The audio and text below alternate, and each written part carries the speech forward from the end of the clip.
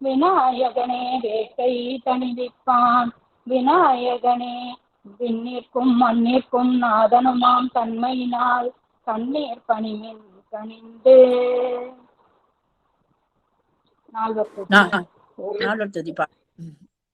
ஊழியர்கோன் வெப்பு ஒழித்த புகழியர்கோன் கழல் போற்றி ஆழிமிசை கல்மிதப்பில் அணைந்த பிரானடி போற்றி வாழி திரு நாவலூர் வந்தொண்ட பதம் போற்றி ஊழிமலி திருவாத ஊரர் திரு தாள் போற்றி.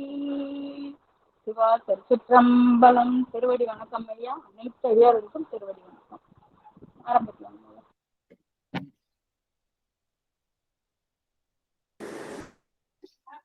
சிவ சிவ சிவ சிவ சிவ சிவ.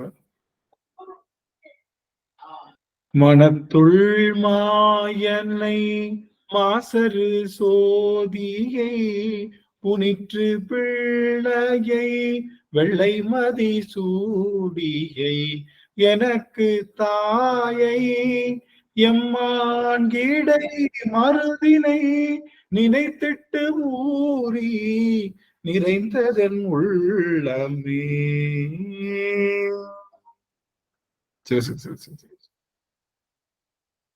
ஆடல் வல்லான் சொக்கநாதருடைய திருவருளும் அங்கற்கண்ணி மீனாட்சியுடைய திருவருளும் நால்வர் பொற்றாளுடைய மிகப்பெரிய அந்த குருவருளும் நம்மை இந்த ஈசன் குழுமத்தின் வாயிலாக நிகழுகின்ற 63 புராணத்திலே திருநாவுக்கரசு புராணம் என்ற அந்த தொடர்ந்த அந்த சிந்தனையை நாம் சிந்தித்து வருகின்றோம். அந்த சிந்தனை களத்தை நமக்கு பரிசாக தந்த குருவருளையும் திருவருளையும் அடியேன் மனம் மொழி மெய்களினாலே வழிபாடு செய்கின்றேன். அத்துணை அடியார் பெருமக்களுடைய திருவடி தாமரைகளை அடியேன் சென்னிமேல் சூட்டி மகிழ்கின்றேன். திருச்சிற்றம்பலம். சிவாய நம. சிவசிவ. திருநாவுக்கரசு புராணம் கிட்டத்தட்ட ஒரு நிறைய நாட்களா போயிட்டு இருக்கு. 8வது பகுதியாக நாம் இதை சிந்தித்து வருகின்றோம்.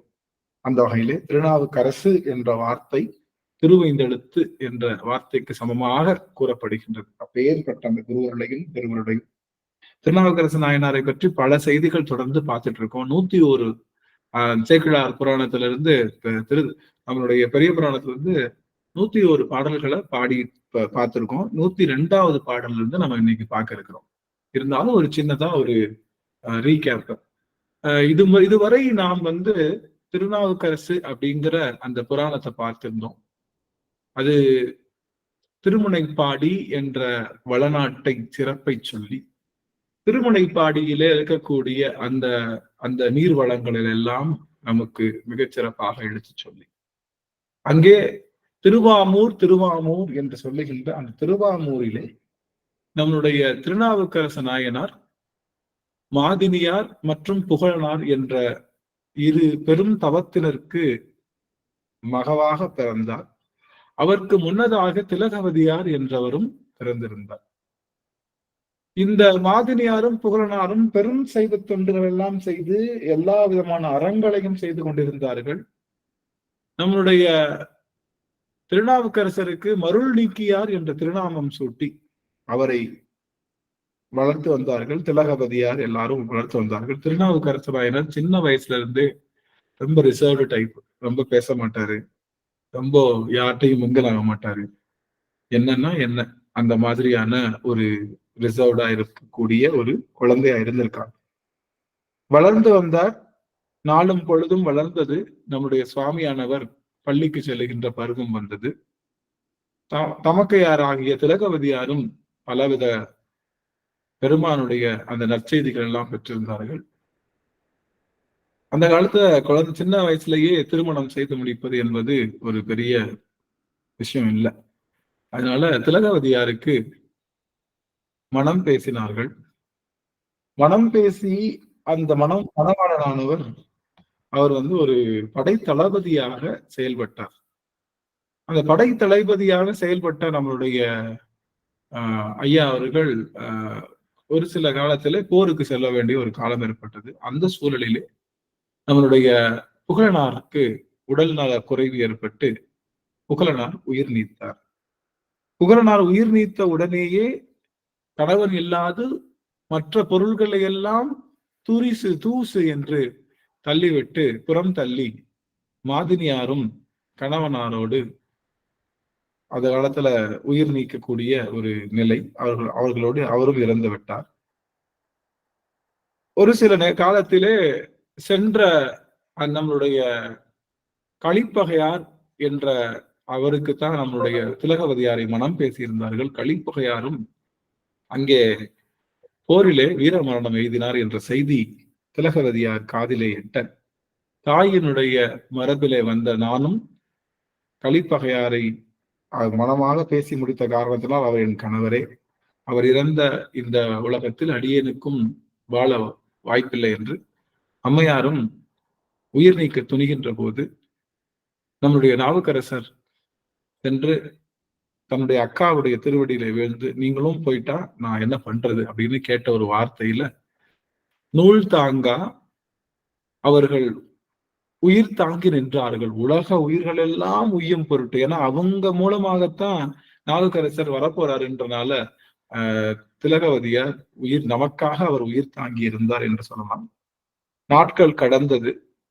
இருவரும் பிடிப்பில்லாத வாழ்க்கையே வாழ்ந்து கொண்டிருந்தார்கள். நம்மளுடைய மருள்நீக்கியார் என்று சொல்லுகின்ற திருநாவுக்கரசரும் திலகவதியாரும் ஏதோ உயிர் வாழ்க்கையை வாழ்ந்து கொண்டிருந்தார்களே தவிர அதை இன்பத்திலே திளைத்தார்கள் என்று எந்த இடத்திலும் நம்மளால் காண முடியவில்லை. இருந்தாலும் அறச்சாலைகள், தண்ணீர் பந்தல், வருகின்றவர்களுக்கெல்லாம் செல்வம் என்று தன்னுடைய செல்வங்கள் அத்தனையையும் வருகின்ற அத்தனை பேருக்கும் கொடுத்து மகிழ்ந்து அறத்திலே மிகப்பெரிய அறத்திலே நின்றார்கள் நம்மளுடைய திலகவதியாரும் மருள்நீக்கியாரும். நம்பர் அருளாமையினால் என்ன ஆனதோ ஏதானதோ தெரியவில்லை. திடீரென்று சமண சமயத்தினுடைய அந்த மத சடங்குகள் எல்லாம், மதத்தினுடைய கொல்லாமை என்று சொல்லுகின்ற அந்த நிலையெல்லாம் பற்றி தெரிந்து இந்த சமயத்தில் நாம் சென்று விடுவோம் என்று நினைத்து நம்பல் அருளாமையினால் அமன் சமயம் சென்று கூறுகினார். பாடலிபுத்திரம் சென்று நம்மளுடைய மருள்நீக்கியார் அங்கே சமண சமயத்திலே சேர்ந்து விட்டார். சமண சமயத்திலே சேர்ந்ததற்கு பிறகு பலவிதமான நூல்களை கற்று அந்த சமணர்களுக்கே சொல்லித் தருகின்ற வகையிலே பலவிதமான ஒரு போர் வாதில் நிறைய பேரை வென்று தருமசேனன் என்ற பெரும் பட்டத்தை நம்முடைய மருள்நீக்கியார் பெறுகின்றார். அவர் போறப்போ வயசு ஒரு 15-20 இருக்கும். இப்போ சரியா கிட்டத்தட்ட 40 ஆண்டு காலமாக அங்க இருந்திருக்கார் நம்முடைய சுவாமி. 40 ஆண்டு காலமா சமண சமயத்துல தொடர்ந்து பணி செய்து கொண்டிருக்கின்றார். இப்பொழுது அவர் பணி செய்து அவங்களும் கேட்கல, அக்காவும் ஏன் போக வேண்டாம் தடுக்கல. காரணம் தடுக்கக்கூடிய சூழல் இல்லாம இருந்திருக்கலாம். திலகவதியாரும் திருவாமூரிலிருந்து திருவதிகை என்ற ஊருக்கு வந்துட்டாங்க. ஏன்னா தனியாவே இருக்க முடியல, நமக்கு ஒரு மாதிரி ஊரை ஏதோ சொல்லிட்டே இருக்காங்க அப்படின்றனால திருவதிகை அடைந்த நம்முடைய திலகவதியார் எடுத்துக்கொண்டது. அப்பதான் திருவேடம் அணிகிறாங்க. ருத்ராட்சம், நெற்றியிலே திருநீரு, நாவிலே நமச்சிவாய மந்திரம் என்றெல்லாம் திலகவதியார் அங்கே நமக்கு திருவதிகையிலே சென்று திருவதிகை வீரட்டானேஸ்வரருக்கு தொண்டு செய்யலாம் என்று முடிவு செய்து அவர்கள் உழவாரம் என்று சொல்லுகின்ற அந்த உழவாரத்தை தன் கையிலே எடுத்து அவர்கள் தினந்தோறும் அந்த திருக்கோயிலை அழகிடுதல், வழியிடுதல்.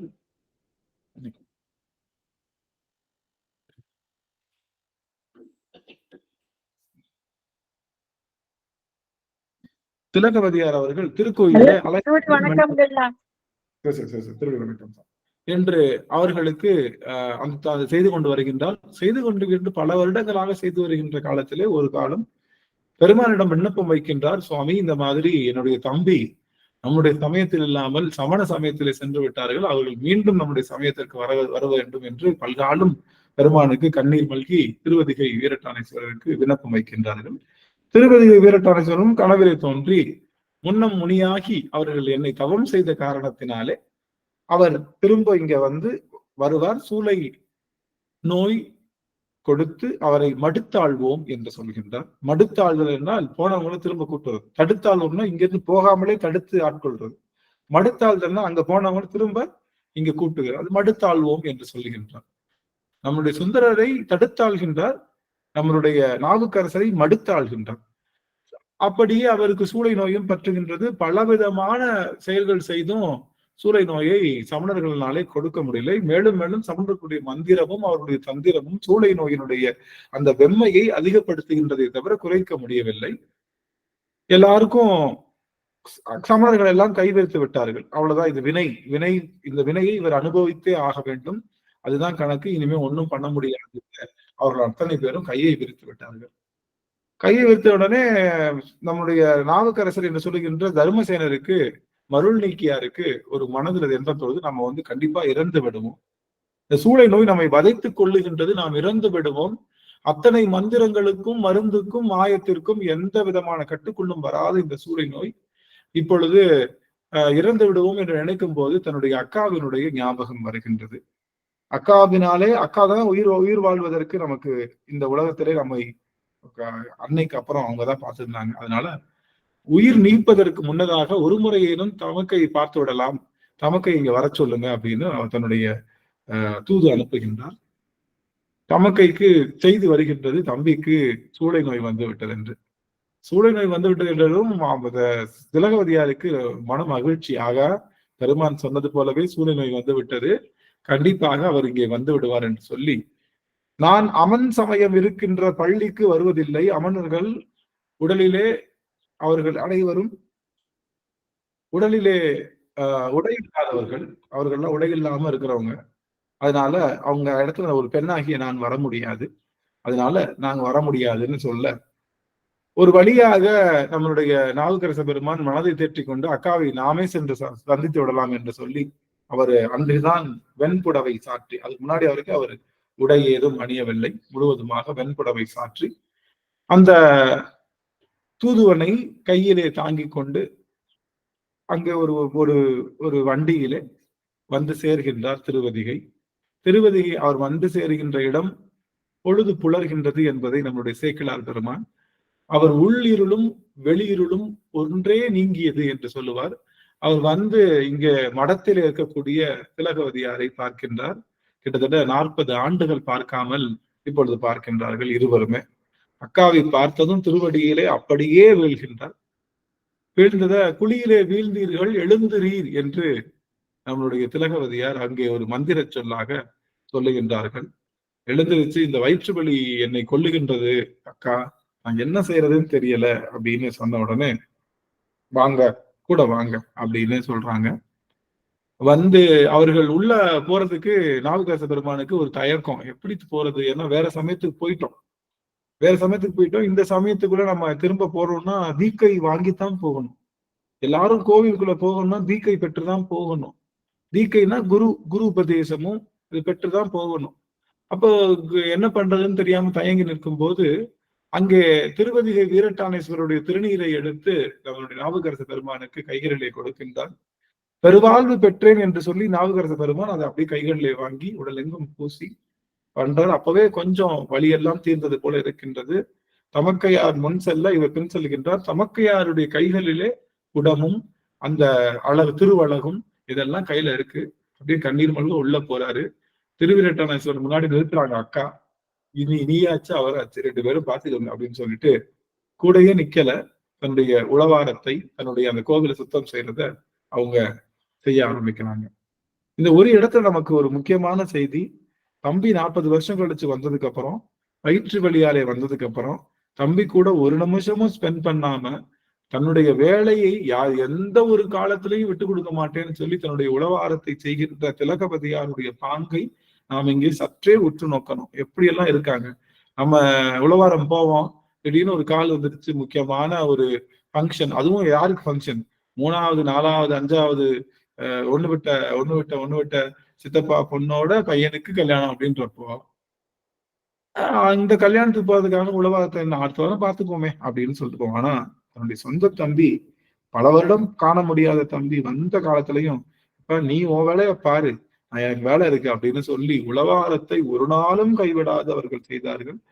அப்படி இருக்கும் போது வந்த பெருமான் நம்மளுடைய தருமசேனர் திருநீரை நெற்றியிலே பூசி பெருமானுக்கு முன்னதாக கூற்றாயினவாறு என்ற பதிகத்தை முதல் முறையாக பாடத் தொடங்குகின்றார். அவருக்கு எப்படி அந்த பாட்டு வந்துச்சுன்னு தெரியல. அவர் பாடி முடிக்கையிலே அந்த குடரோடு துடக்கி முடக்கி என்று சொல்லுகின்ற போது அவருடைய வயிற்று வலியானது அவருடைய பாடலிலே நீங்குகின்றது. பெருமானுக்கு மன மகிழ்ச்சி, அப்படியே தலையில வீழ்ந்து பெருமானை போற்றி கண்ணீர் மல்கி, உன்னை விட்டுட்டு இவ்வளவு நாளா இருந்துட்டேனே பெருமானே, இத்தனை வருஷம் கழிச்சு வந்து ஒரே ஒரு பாட்டு பாடினதுக்காக எனக்கு வயிற்று வலியை போக்கியிருக்கிய பெருமானேன்னு சொல்லும் போது அங்கே வானத்திலே அசரீரியாக திருநாவுக்கரசு என்ற திருநாமம் உலகேலும் மண்ணுக என்று சொல்லி அங்கே அசரீரியாக சிவபெருமான் அத்தனை பேருக்கும் முன்னிலையிலே அவருக்கு திருநாவுக்கரசு என்ற பெயரை சூட்டுகின்றார். பெருமான் வந்து இலங்கை வேந்தனுக்கு அருள் செய்தவனாச்சே, எனக்கு அருள் செய்யாமலா விட்டுருவ அப்படின்னு சொல்லி அங்கே பெருமான் வந்து கண்ணீர் மல்குகின்றார். அப்புறம் அங்க அவருக்கு இலங்கை வேந்தன் வந்து அருள் செய்தவனுக்கு பெருமான் எனக்கு அருள் செய்ய முடியாதா அப்படின்னு சொல்லி எல்லாம் பண்றாங்க. பார்த்து அத்தனை பேரும் சந்தோஷப்படுறாங்க. எல்லாரும் பறைகளை அறிவிக்கின்றார்கள். எல்லாரும் அந்த சிவ வாத்தியங்களை எல்லாம் முழங்குகின்றார்கள். இப்படி ஒருவர் வந்து அவருக்கு வயிற்று வலி எங்களுடைய பெருமானை பாடி நீங்கியது, சமணர்களால் போக்க முடியாத அந்த வயிற்று வலி எங்கள் பெருமான் நீக்கிவிட்டான் என்று பெருமிதம் கொண்டு அங்க இருக்கக்கூடிய அத்தனை சைவ பெருமக்களும் இதை கொண்டாடுகின்றார்கள். திலகவதியாருக்கு சொல்லனாத ஆனந்தம். ஆக எத்தனை பேரு இங்கே வந்த ஒரு கணத்திலேயே பெருமானுக்கு திருநாவுக்கரசு என்று பெருமானுடைய திருவாக்கிலேயே வந்து சொல்லப்பட்ட திருநாமமாக அமைந்தது என்று சொல்லி அவர்கள் ரொம்ப அப்படியே சந்தோஷப்படுறாங்க. அப்புறம் தொடர்ந்து அங்க இருக்கக்கூடிய மன்னர்கள் எல்லாம் அங்க உடனே சமண மன்னனுக்கு, அங்க இருக்கக்கூடிய பல்லவ மன்னனுக்கு செய்தி போகின்றது. அவன் சமண சமயத்தை சார்ந்தவன். இங்க இருக்கக்கூடிய அங்க திருநாவுக்கரசர் இங்க இருந்து பொய் சொல்லி வயிற்று வலி என்று பொய் சொல்லி அவர் மீண்டும் அங்கே சைவத்திலே சேர்ந்து விட்டார். இவரு நம்ம எப்படியாவது நாம் சதி செய்யணும், இல்லை அப்படின்னா நமக்கு நம்முடைய சமயமானது நம்மை விட்டு போய்விடும், எல்லாரும் நம்ம சமயத்துக்கு வரமாட்டாங்க அப்படின்னு சொல்லும் போது, சரி அவர் என்ன செய்யலாம்னு கேட்கும்போது அவர் முதல்ல கூட்டிட்டு வாங்க இங்க அப்படின்னு சொல்லி நம்முடைய பல்லவ மன்னன் கட்டளை இடுகின்றான். கட்டளையிட்ட உடனே சேனைகள் எல்லாம் சென்று அவரை இழுத்து வருவதற்காக செல்கின்றார்கள். நீங்க வாங்க, வரலாம், நீங்க அங்க வாங்க அப்படின்னு சொல்றாரு. உடனே இவர் அங்க வர மறுக்கிறார். யாமார்க்கும் குடியல்லோம் என்ற பாடலை முதலாக பாடுகின்றார். இரண்டாவது பாடலாக இதை அப்படியே போய் அந்த சமண மன்னனிடம் சமணர்கள் சென்று சொல்கின்றார்கள், அவர் வரமாட்டேங்கிறான், அவன் யாருக்கும் குடி இல்லையா, அவன் சிவபெருமான் ஒருவனுக்குத்தான் அடிமையா அப்படின்னு சொல்றான் அப்படின்னு சொன்ன உடனே அவங்க எல்லாரும் மன்னன் கோவப்பட்டு இப்ப என்ன பண்ணலாம் அப்படின்னு சொன்ன உடனே அந்த சமணர்கள், கொல்லாமை என்று சொல்லுகின்ற சமணர்கள், யாரையும் துன்புறுத்தக்கூடாது என்று சொல்கின்ற சமணர்கள் சமண சமயத்தை விட்டு நீங்கியதுனால இவரை எப்படியாவது துன்புறுத்தணும் அவரை அப்படின்னு சொல்லுகின்றார். அந்த வகையிலே நமக்கு பெருமானானவர் என்ன பண்றாரு அப்படின்னா, உடனே அவர் என்ன சொல்றாரு, அப்ப என்ன பண்ணலாம்னு பல்லவ மன்னன் கேட்க, அவரை நீற்றறையிலே போட்டு விடலாம் என்று சொல்ல, அவரை நீற்றறையிலே அவர்கள் அனைவரும் போட்டு 7 நாட்கள் கழித்து பெருமானை பார்க்கின்றார்கள். நீற்றறை என்பதை மிகச்சிறப்பாக போன அமர்வுகள் எல்லாம் பார்த்தோம். 7 நாட்கள் கழித்து பார்க்கும்போது அன்றலர்ந்த செந்தாமரை போல மாசில் வீணையும் மாலை மதியமும் வீசு தென்றலும் வீங்கள வேணிலும் என்றெல்லாம் சொல்லி பாடுகின்ற வகையிலே அவர் அப்படியே பெருமானிடம் மிக தெளிவு பெற்றவராக, மிக குளிர்ச்சியுடையவராக, ஒரு சின்ன ஊனம் இல்லாமல் அவர் அப்படியே அங்கிருந்து வெளிவருகின்றார். அவரை கண்டு சமணர்கள் எல்லாம் அப்படியே வியந்து பார்க்கிறது எப்படி நிகழும், இது நிகழ்வதற்கு என்ன உண்டு. அப்பயும் சமணர்கள் என்ன நினைக்கிறாங்கன்னா, சமண சமயத்திலே கற்றுக்கொண்ட மந்திரத்தினாலதான் இவர் வெளியே வந்தாரு, இங்க சிவம்ன்றது ஒன்றும் கிடையாது அப்படின்னு சொல்லி அவர்கள் அனைவரும் அதை பார்க்கின்றார்கள். இந்த அளவிலே நாம் போன அந்த செய்திகள் எல்லாம் பார்த்தோம். இதுவரை 101 பாடல்களை நாம் இது வரைக்கும் பார்த்தோம். இப்போ நாம பார்க்கிறது 102வது பாடல்ல இருந்து நம்மளுடைய நாவுக்கரசர் புராணத்தை பார்க்க இருக்கின்றோம். அத்தனை அடியார்கள் திருவடியும் போற்றி நாவுக்கரச பெருமானுடைய அந்த வரலாற்றுக்குள்ள போகலாம்.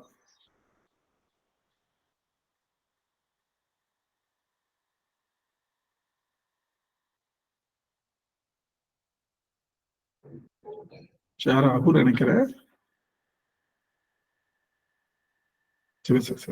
தெரியுதுங்களா சுவாமி? அடியார்கள் எனக்கு கொஞ்சம் உறுதி செய்யணும். 100வது பாடல்.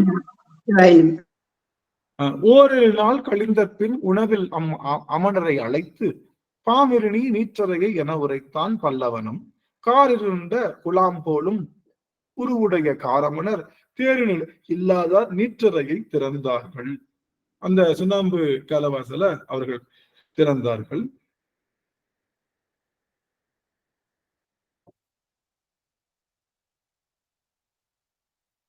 ஆனந்த வெள்ளத்தின் இடைமூழ்கி அம்பலவர் தேனுந்து மலர்பாதம் அமுதுண்டு தெளிவெய்தி ஊனந்தான் இளராகி உவந்திருந்தார் தமை கண்டு ஈனந்தங்கிய இளதாம் என்ன அதிசயம் என்றார். எப்படி ஒரு அதிசயத்தை எங்கேயாவது பார்த்திருக்கோமா அப்படின்னு சமர்களே வாயை பொழந்து நிக்கிற அந்த காட்சியை நம்ம பார்த்தோம். சிவசிவ சிவசிவ. அடுத்து இப்பதான் 102வது பாடல். இதுதான் நம்ம இந்த அமர்வுல பார்க்க இருக்கக்கூடிய ஒரு விஷயமா பார்க்கணும்.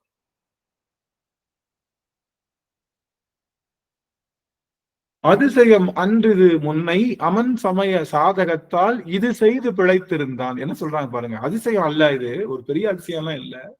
முன்னை அமன் சமய சாதகம், அமன் சமயத்துல பெற்ற சாதகம் இருக்கு இல்லையா, அந்த அந்த மந்திரம், அவங்க வச்சிருக்கக்கூடிய அந்த டாக்டிஸ் ட்ரிக்ஸ் அதெல்லாம் இருக்குல்ல, அது பேர் சாதகம். இது செய்து இதை செஞ்சுதான் இவன் பொழைச்சிருக்கான். எப்படி? இதை செஞ்சுதான் இவன் பிழைச்சிருக்கானே தவிர இவனுக்கு சிவபெருமான்லாம் அருள் செய்யல. என வேந்தற்கு உரை செய்து மதி செய்வது இனி கொடிய வல்விடம் ஊட்டுவதென்று முதிர வரும் பாதகத்தார் முடைவாயால் மொழிந்தார்கள். இப்ப என்ன பண்ணலாம்னா, இவனுக்கு இவன் ஒன்னும் பழைச்சது ஒன்னும் பெரிய விஷயம் இல்ல. அவன் பழைச்சது ஃபுல்லா நம்ம சமயத்துல கத்துக்கிட்ட அந்த மந்திர தந்திரங்களை பயன்படுத்தி தான் அவன் 7 நாள் நீற்றறையில இருந்திருக்கான். அதனால இப்ப என்ன பண்ணலாம், அவனுக்கு வல்விடம், ஒரு கொடுமையான விஷத்தை ஊட்டுவோம், விஷத்தை கொடுத்துருவோம். விஷத்தை கொடுத்து அவரை என்ன பண்ணலாம், அப்படி அவனை இவரை கொன்றலாம் அப்படின்னு சொல்லி கொல்லாமையுடைய சமண சமயத்தார்கள் இப்படி அவர்கள் அங்க மன்னவனுக்கு அவங்க ஒரு ஐடியா கொடுக்குறாங்க. முதிர வரும் பாதகத்தால், பெரும் பாதகம் உடையவர்கள் முடைவாயால், அவர்களுடைய அந்த கேவலமான அந்த துர்நாற்றம் உடையவாய். ஏன் முடைவாயின்னு சொல்றாங்க அவங்கள? ஏன் அவங்க வாயில துர்நாற்றம் வீசுது? பல்லெல்லாம் விளக்க மாட்டாங்க ஐயா.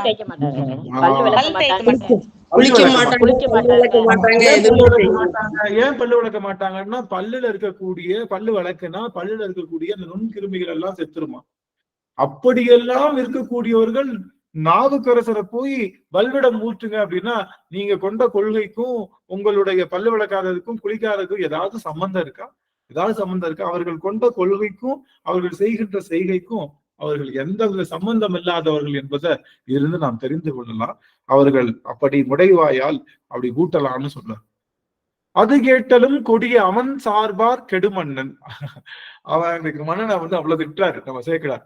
அவன் தான் சொன்னாலும் இந்த மன்னன் அவன் சரின்னு சொல்லலாமா?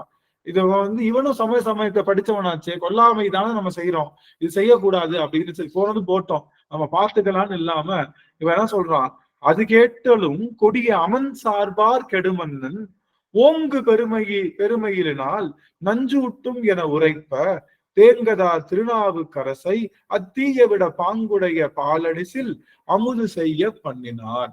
அப்ப என்ன பண்ணிட்டாங்க, உடனே ஒரு பால் சாதம் எடுத்து அதுல கொடுமையான அந்த விஷத்தை ஊற்றி அவர்கள் நம்மளுடைய சாமி கிட்ட கொடுத்து இதை சாப்பிடு அப்படின்னு சொல்லிட்டாங்க. நாவுக்கரசர் சாப்பிட மாட்டேன்னு சொல்லல, அவர் சாப்பிடலாம் ஒண்ணு என்ன ஆக போகுது, என்ன ஆனாலும் எங்க அப்பா இருக்கான் அப்படின்னு நினைச்சிட்டு நாவுக்கரசர் பெருமான் எதுக்கும் பயப்படல. அவர் என்ன பண்ணாரு, சாப்பிட ஆரம்பிச்சார். நஞ்சு அமுதாம் எங்கள் நாதனடியார்க்கென்று வஞ்சமிகு நெஞ்சுடையார் வஞ்சனையாம் படியறிந்தே செஞ்சடையார் சீர்விளக்கும் திரளுடையார் தீவிடத்தால் வெஞ்சமணர் இடுவித்த பாலடிசில் மிசைந்திருந்தார். அவர் என்ன பண்றாரு, நஞ்சமுதாம் எங்கள் நாதனடியார்க்கு என்று. நஞ்சும் அமுதாம், இந்த நஞ்சு கூட அமுதுதான். யாருக்கு? சிவபெருமானுடைய அடியவர்களுக்கு நஞ்சும் அமுது. ஏன்? அவனே நஞ்சுண்டவன், அவனே நஞ்சை உண்டு அமுதாக்கி கொண்டவன். அவனுடைய அடியவர்களுக்கும் நஞ்சு போய் என்ன பண்ணும் அப்படிங்கிறப்போ, நஞ்சும் அமுதாம் எங்கள் நாதனடியார்க்கென்று வஞ்சமிகு நெஞ்சுடையார் வஞ்சனையாம் படியறிந்தே செஞ்சடையார் சீர்விளக்கும் திரளுடையார் தீவிடத்தால் வெஞ்சமணர் இடுவித்த பாலடிசில் மிசைந்தது. அதாவது பாலடிசில் அப்படியே சாப்பிட்டாரா நம்மளுடைய பெருமான் சிவசிவம். இதுல இந்த பாடல்ல துஞ்சிருள் காலை தொடர்ச்சியை மறந்திராதே அப்படின்னு ஒரு பாடல் இருக்கான். அது திருமுறை 4வது அதிகம் 4வது திருமுறை 7வது பதிகம், அது 70வது பதிகம், அதை எடுத்து பாடலாமா? சைவம் திருமுறையில 4ஆம் திருமுறை 70வது பதிகம். அடியார்கள் பாடலாமா? 70வது பதிகம், 4ஆம் திருமுறை 70வது பதிகம். பண் வரிசை சொல்லுங்க. எனக்கு தெரியலையே. என்ன பாடல்? முதல் பாடல் என்ன? நமக்கெல்லாம் சேத்திரக்கோவை அதானங்க ஐயா? சேத்திரக்கோவை இல்லையா? 4வது 70வது பாட்டு. 4ஆம் திருமுறை. 4ஆம் திருமுறையில 70வது பாட்டு. ஐயா முற்றுணை ஆயின மூவர்க்கும் 70வது பதிகம். 4ஆம் திருமுறை 70வது பதிகம் 5வது பாடல். இல்ல அதுல 70வது முதல் பதிகம் மட்டும் சொல்லுங்க. 4வது பதிகம் முதல் ஐயா. திருச்சிற்றம்பலம். திருச்சிற்றம்பலம் ஐயா.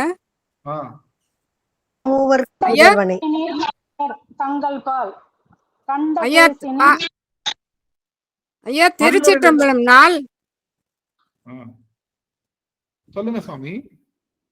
அம்மா சொல்லுங்க ஐயா. வித்யாபதி அம்மா பேசுங்க. 4ஆம் திருமுறையில 70வது பதிகம் தானே ஐயா?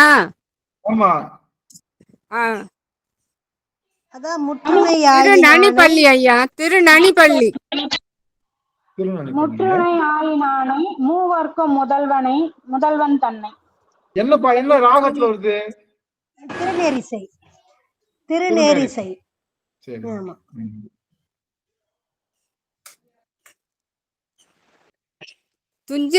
துஞ்சிருள் காலை மாலை தொடர்ச்சியை மறந்திடாதே, அஞ்செழுத்து ஓதி நாளும் அரணடிக்கு அன்பராகில்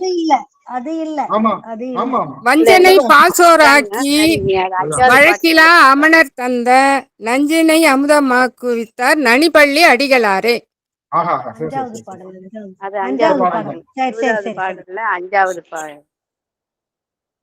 பாடலாம், யாராவது பாடலாமே இந்த பாட்டை? தெரியுமா அடியார்களுக்கு திருநேரிசை?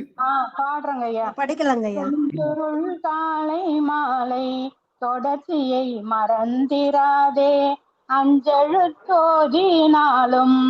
அரணடிக்கு அன்பதாகும், வஞ்சனை பார்சோராக்கி வழக்கிலா அமனர் தந்த நஞ்சமுது ஆக்குவித்தார் நனிப்பள்ளி அடிகளாரே.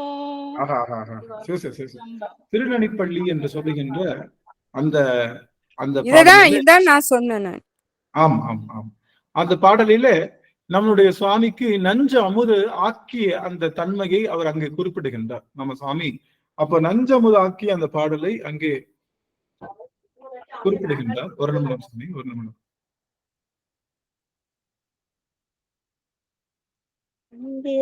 காலை நாளே தொடர்ச்சியை மறந்தேராதே,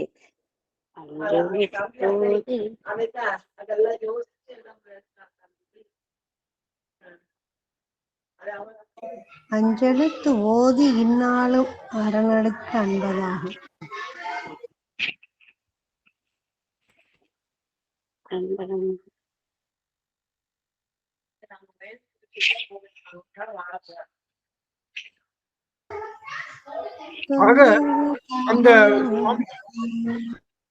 அந்த சுவாமி அங்க என்ன பண்றாருன்னா, மிகப்பெரிய அந்த அளவில நமக்கு அந்த நஞ்சு அமுதை செய்தார்கள் அப்படின்னு இங்கே அதை நமக்கு பதிவு செய்கின்றார் நம்முடைய சுவாமி. அடுத்தது அந்த நஞ்சு அமுதாகிவிட்டது. பொடியார்க்கும் திருமேனி புனிதர்க்கு புவனங்கள் முடிவாக்கும் துயர் நீங்க முன்னை விடம் அமுதனால் படியார்க்கும் அறிவறிய பசுபதியார் தம்முடைய அடியார்க்கு நஞ்சமுதம் ஆவதுதான் அற்புதமோ. பொடியார்க்கும் திருமேனி, அவனுடைய உடலெங்கும் பொடி பூசிய திருமேனி, புனிதர்க்கு புவனங்கள், அவர்கள் புனிதர்களுக்காக புவனங்களையே உருவாக்கிய பெருமான், முடிவாக்கும் துயர் நீக்க, நம்முடைய துயருக்கெல்லாம் முடிவாக நின்ற பெருமான், முன்னை விடம் அமுதனால், அவன் முன்னாடியே அவன் விஷத்தை அமுதமாக்கின்ற டெக்னிக் எங்க பெருமானுக்கு தெரியும். முன்னை விடம் அமுதனால் படியாருக்கும் அறிவறிய, எல்லா உயிர்களுக்கும் அறிவறிய பசுபதியார் தம்முடைய அடியார்க்கு நஞ்சு அமுதம் ஆவதுதான் அற்புதமோ. அவனுடைய அடியவர்களுக்கு நஞ்சு அமுதம் ஆகிறது ஒரு பெரிய அற்புதம்லாம் இல்ல அப்படின்னு இந்த பாடலை இங்க பாடுகின்றார். இதை எங்க பாடுறாங்க அப்படின்னா 6ஆம் திருமுறை 97வது பதிகம். அது எனக்கு இது எல்லாரும் எப்படி இது வச்சிருக்கீங்கன்னு தெரியல. 6ஆம் திருமுறை 97 அது எந்த பாடல்னு கண்டுபிடிங்க சாமி. எல்லாம் எழுதி வச்சுக்கோங்க எங்கெங்க இருக்குன்னு இந்த பாடல்னா. 6ஆம் திருமுறை 97வது பதிகம் என்று பாடல் 10.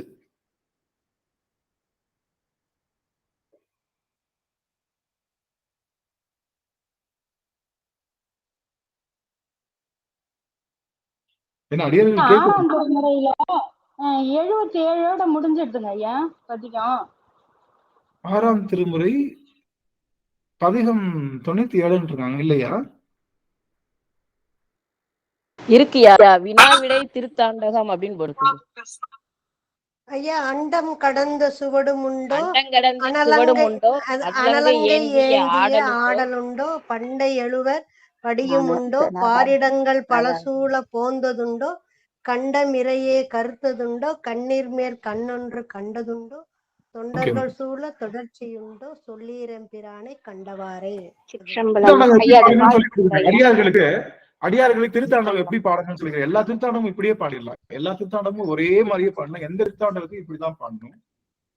அண்டம் கடந்த சுவடுமுண்டோ, அனலங்கை ஏறி ஆடலுண்டோ, எழுவர் படியும் உண்டோ, பாரிடங்கள் பல சூழ போந்ததுண்டோ, கண்டம் இரையை கருத்ததுண்டோ, கண்ணின் மேற் கண்ணொன்று கண்டதுண்டோ, தொண்டர்கள் சூழ தொடர்ச்சி உண்டோ, சொல்லீரம் பிரானை கண்டவாறே, சொல்லீரம் பிரானை கண்டவாறே, சொல்லீரம் பிரானை கண்டவாறே, மை படிந்த கண்ணாலும் தானும் கச்சி. 10வது பாட்டு பாருங்க.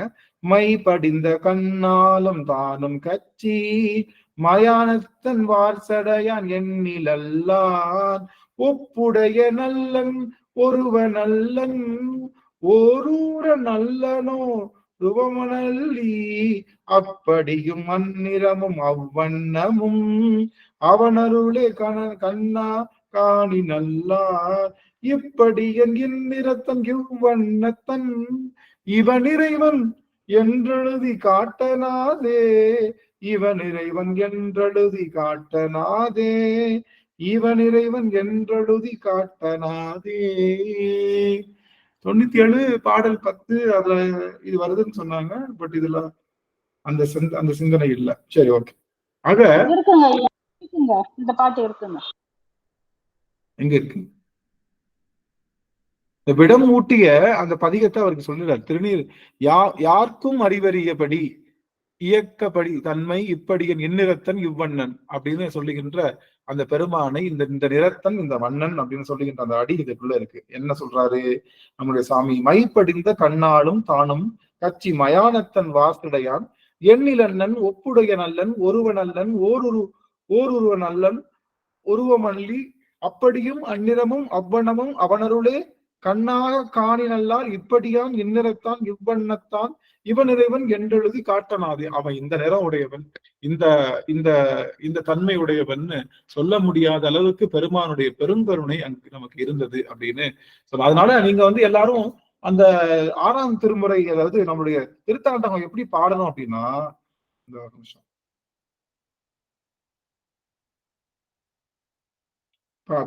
திருத்தாண்டகம் முதல் பாட்டு அரியானை அந்தனை. அதை எடுத்துக்கிட்டேன்னா எப்படி பாடணும் அந்த இது சொல்லி கொடுக்குறேன். இதை வச்சு நீங்க எல்லா திருத்தாண்டகம் முழுக்க 100 பதிகத்தையும் இப்படி பாடிடலாம். அரியானை அந்தனர்தம் சிந்த யானை, அருமறையின் அகத்தானை அனுபயாக்கும், தெரியாத தத்துவனை தேனை பாலை, திகழொளியை தேவர்கள் தங்கோனை மற்றை, கரியானை நான் முகனை கனலை காற்றை, கனை கடலை குளவரகை கடந்து நின்ற, பெரியானை பெரும்பற்ற புலியூரானை, பேசாத நாளெல்லாம் பிறவானாலே, பேசாத நாளெல்லாம் பிறவானாலே, பேசாத நாளெல்லாம் பிறவானாலே. அடியார்களுக்கு நான் இதை ஸ்டாப் பண்றேன். உங்க எல்லாரும் முகத்தை பார்க்கலாம். ஐயா சுவாமி எல்லையார்கள்லாம் உங்க முகக்குறிப்பு எனக்கு கொடுக்கலாம். நமச்சிவாய். சரி சரி. இந்த திருத்தாண்டகம் வந்து இந்த அமைப்புல பாடினா எல்லாமே உட்காரும். அப்படி உங்களுக்கு குழப்பமே வராது. முழு திருத்தாண்டகத்தையும் இந்த ராகத்துல தான் ஐயா நாங்க பாடுவோம். கோயில்ல பாடும்போது இந்த ராகத்துல தான் ஐயா பாடுவோம் நாங்க. நீங்க பாடின ராகத்துல தான் இது பாடலாம். இதுல இப்ப நீங்க ஏதாவது ஒரு அடியார்கள் இப்போ மங்குல் மதித்தவளம் அதை எடுத்துக்கோமே. அடுத்த பாட்டு மங்குல் மதித்தவளம். எல்லாரும் அந்த ஆப் வச்சிருக்கீங்க. ஆப்ல தான் பாத்துட்டு இருக்கீங்க. நீங்க எதுல பாக்குறீங்கன்னு தெரியல. அந்த 2வது தாண்டகம் மங்குல் மதித்தவளும் மாடவீதி. மங்குல் மதித்தவளும் மாடவீதி மயிலாப்பில் உள்ளார் மருகள் உள்ளார் கொங்கிற் முடியார் குற்றாலத்தார் குடமூக்கில் உள்ளார் பொய் கொள்ளம் பூதார் தங்கும் மிடம் அறியார் சால நாளார் தருமபுரத்துள்ளார் தக்கலூரார் பொங்கு வெந்நீரணிந்து பூதம் சூழ புலிச்சிற்றம்பலமே புக்கதாமே புலியூர் சிற்றம்பலமே புக்கதாமே புலியூர் சிற்றம்பலமே புக்கதாமே. புரிஞ்சுதுங்களா? அந்த வடிவம், அந்த ராக வடிவம் தெரிஞ்சுதுங்களா? எங்க பாடுங்க பாக்கலாம். யாராவது ஒருத்தவங்க எல்லாம் சிவன் நின்றாய் போற்றி பாடுங்க பாக்கலாம். எல்லாம் சிவன் என்ன நின்றாய் போற்றி. எடுத்த எல்லாம் சிவன் நின்றாய் போற்றி எரிசுடராய் ராக வர்றதுக்காக தான் போற்றி.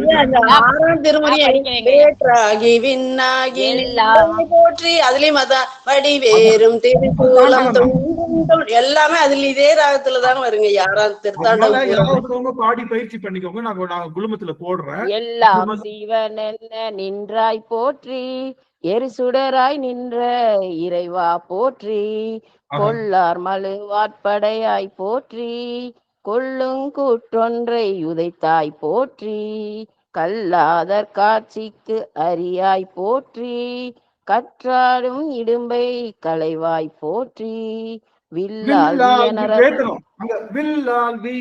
நரணம் எய்தாய் போற்றி நரணம் எய்தாய் போற்றி வீரட்டங்காதல் விமலா போற்றி வீரட்டங்காதல் விமலா போற்றி. அருமை அருமை அருமை சாமி. அதனால இது ஒண்ணு மட்டும் நான் நேத்தே பாடணும்னு நினைச்சேன், பாட முடியல. அது ஒண்ணு மட்டும் அடியார்களுக்கு முன்னதாக நான் பாடணும்னு ஆசைப்படுறேன். வடிவேறும் திரிசூலம் தோன்றும் தோன்றும் வளர் சடை மேல் இளமதியம் தோன்றும் தோன்றும் கடியேறு கமல் கொன்றை கண்ணி தோன்றும். 6ஆம் திருமுறை 18வது பதிகம். காதில் வெண்குளைத்தோடு கலந்து தோன்றும் இடியேறு களிற்றுருவை போர்வை தோன்றும் எழுத்திகளும் திருமுடியும் இளங்கி தோன்றும் பொடியேறு திருமேனி பொழிந்து தோன்றும் பொழில் திகழும் பூவனத்தம் புனித நாற்கே பொழில் திகழும் பூவனத்தம் புனித நாற்கே பொழி திகழும் பூவனத்தம் புனித நாற்கே பொழி திகழும் பூவனத்தம் புனித நாற்கே. இந்த திருத்தாண்டகம் 6ஆம் திருமுறை முழுக்கவே இந்த ராகத்திலேயே பாடினீங்கன்னா உங்களுக்கு எல்லா சந்தமும் அப்படியே அமர்ந்து உட்காரும். கேட்டுறதுக்கும் அவ்வளவு அருமையா இருக்கும். அடியார்கள் இதை பயிற்சி செய்யணுன்றதுக்காகத்தான் அடியார்கள் இந்த ஒரு இடத்தான் உங்களுக்கு கொஞ்சம் அதிகமா சொல்ல ஒரு வாய்ப்பு கிடைச்சது.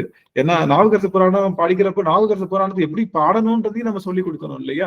அதனால அவருடைய அந்த பதிகத்தை நம்ம இன்னைக்கு தெரிஞ்சுக்கிட்டோம்.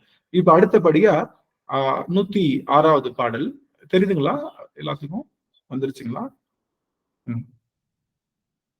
தெரியுதுங்க சார் சாமி. சரி சரி சரி.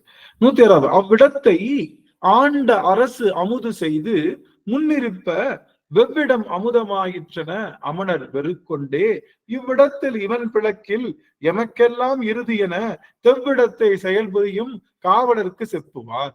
அத சாப்பிட்டு நம்முடைய சுவாமி கொடிய நஞ்சு அமுதமாயிற்று என்று சமணர்கள்ட்ட சொன்னோடனே சமணர்கள் பயந்து போய் வெறுக்கொண்டேன்னா பயந்து போய் வெறுக்கொண்டு இவ்விடத்தில் இவன் இப்ப சாகல அப்படின்னா நாம பொழைக்க முடியாது, நம்மளால இங்க என்ன பண்ண முடியாது, எதுவும் சொல்ல முடியாது, இவனை என்ன பண்ணலாம் என்று காவலர்களுக்கு சொல்லுகின்றார்கள். என்ன சொல்றாங்க? நஞ்சுலகும் தூட்டிடவும் நஞ்சு கலந்து ஊட்டிடவும் நம் சமயத்தினில் விடம்தீர் தஞ்சமுடை மந்திரத்தால். இவன் என்ன பண்ணானா, நஞ்சுக்கு ஒரு மந்திரம் நம்ம ஏற்கனவே சொல்லி கொடுத்துருக்கோம் நம்ம சமயத்துல. அவங்க சொல்றாங்க நஞ்சுக்கு ஒரு மந்திரம் சொல்லி கொடுத்தாங்க. நஞ்சு கலந்து ஊட்டிடவும் நம் சமயத்தினில் விடம்தீர் தஞ்சமுடை மந்திரத்தால் சாதியா வகை தடுத்தான் எஞ்சும் வகை அவர்கிழதேல் எம்முயிரும் நின்முறையும் துஞ்சுவது திடமென்றார் சூழ்வினையின் துறை நின்றார். சூழ்வினையிலேயே நிற்கக்கூடிய அமணர்கள் என்ன சொல்றாங்கன்னா, இந்த இந்த இந்த நஞ்சு கலந்து அவங்க கொடுத்து இவன் வந்திருக்கான்னா அதுவும் நம்ம சமயத்திலே இங்க இருக்கக்கூடிய இவன் இருந்தா நம்முடைய ஆட்சியானது ஒளிந்து விடும் என தீமை விளைக்கும் வஞ்சக மொழிகளை அச்சமணர் நமக்கு உரைத்தார்கள். சமணர்கள் அனைவரும் எதுல இருக்காங்கன்னா அந்த அந்த தீமையான துறையிலேயே சூழ்வினை துறையிலேயே நிற்கின்றார்கள் சமணர்கள் அப்படின்னு நமக்கு அதை பாடல்ல சொல்றாங்க. இன்னும் அவருக்கு என்ன பண்ணலான்னு அவங்க யோசிக்கிறாங்க.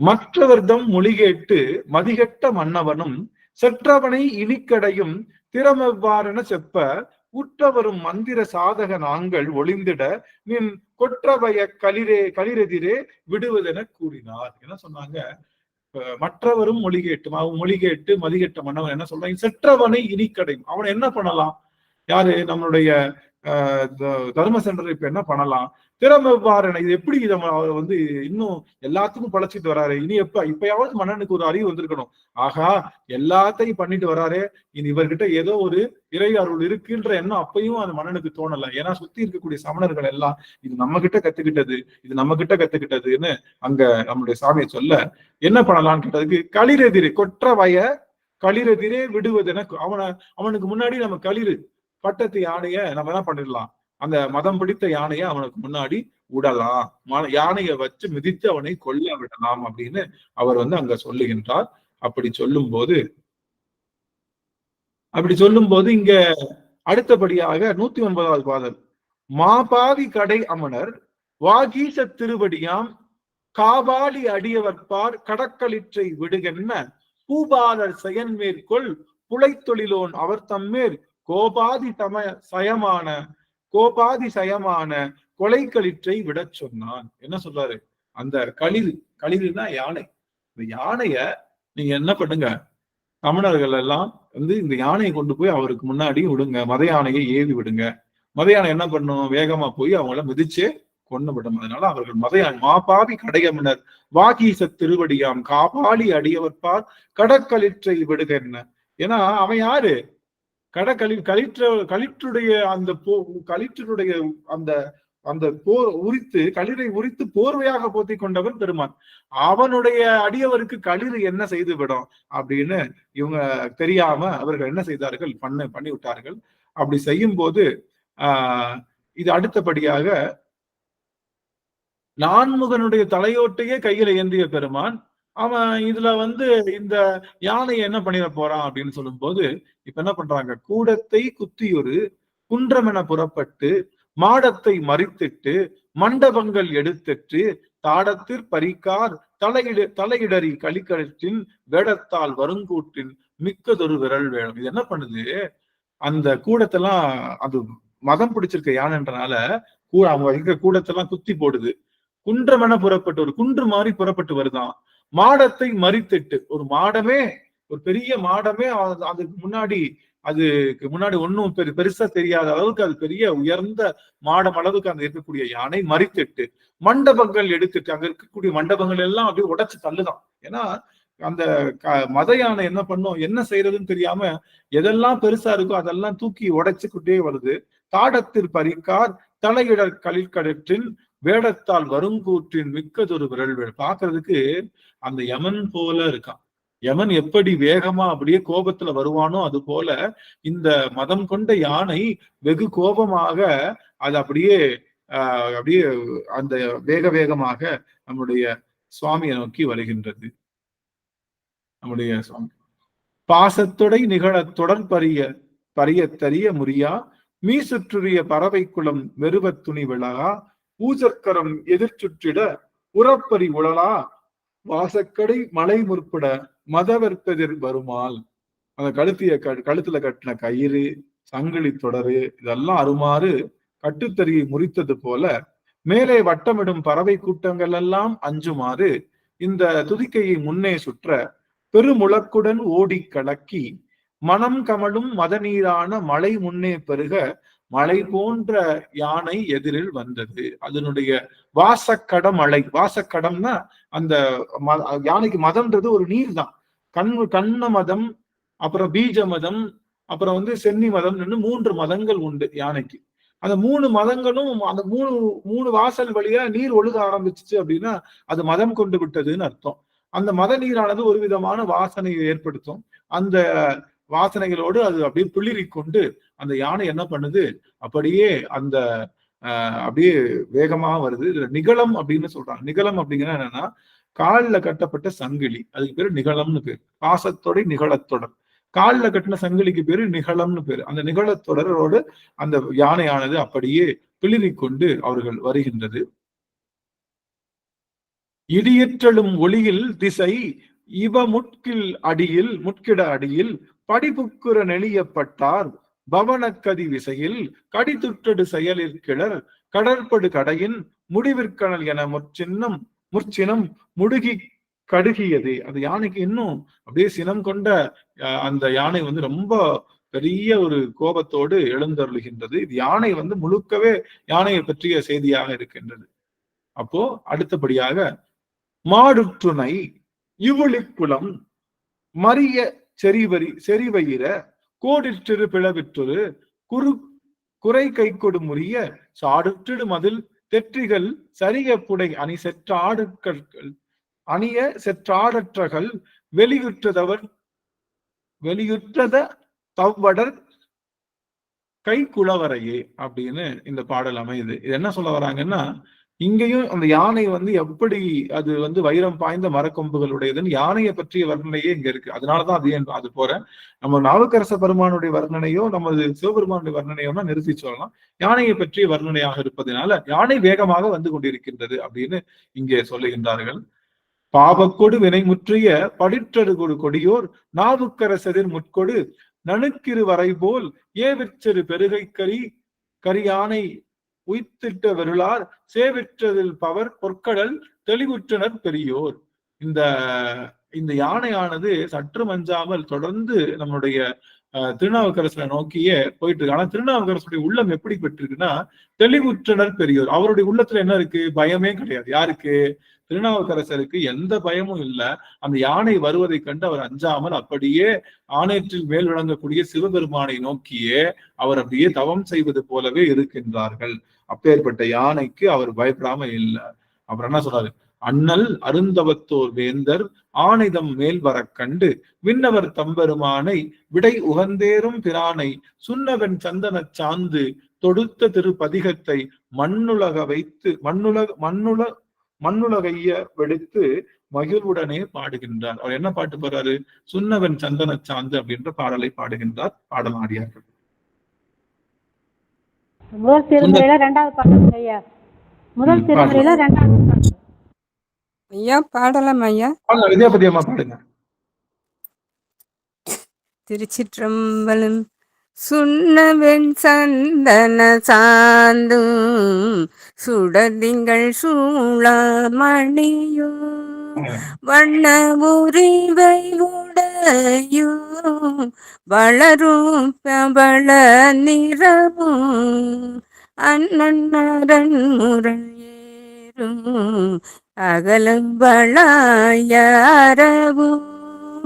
தின்னங்கிடில புனலோ உடையார் ஒருவதமர்நாம் அஞ்சுவது யாதொன்றும் இல்லை அஞ்ச வருவதும் இல்லை அஞ்சுவது யாதொன்றும் இல்லை அஞ்ச வருவதும் இல்லை. திருச்சிற்றம்பலம் ஐயா.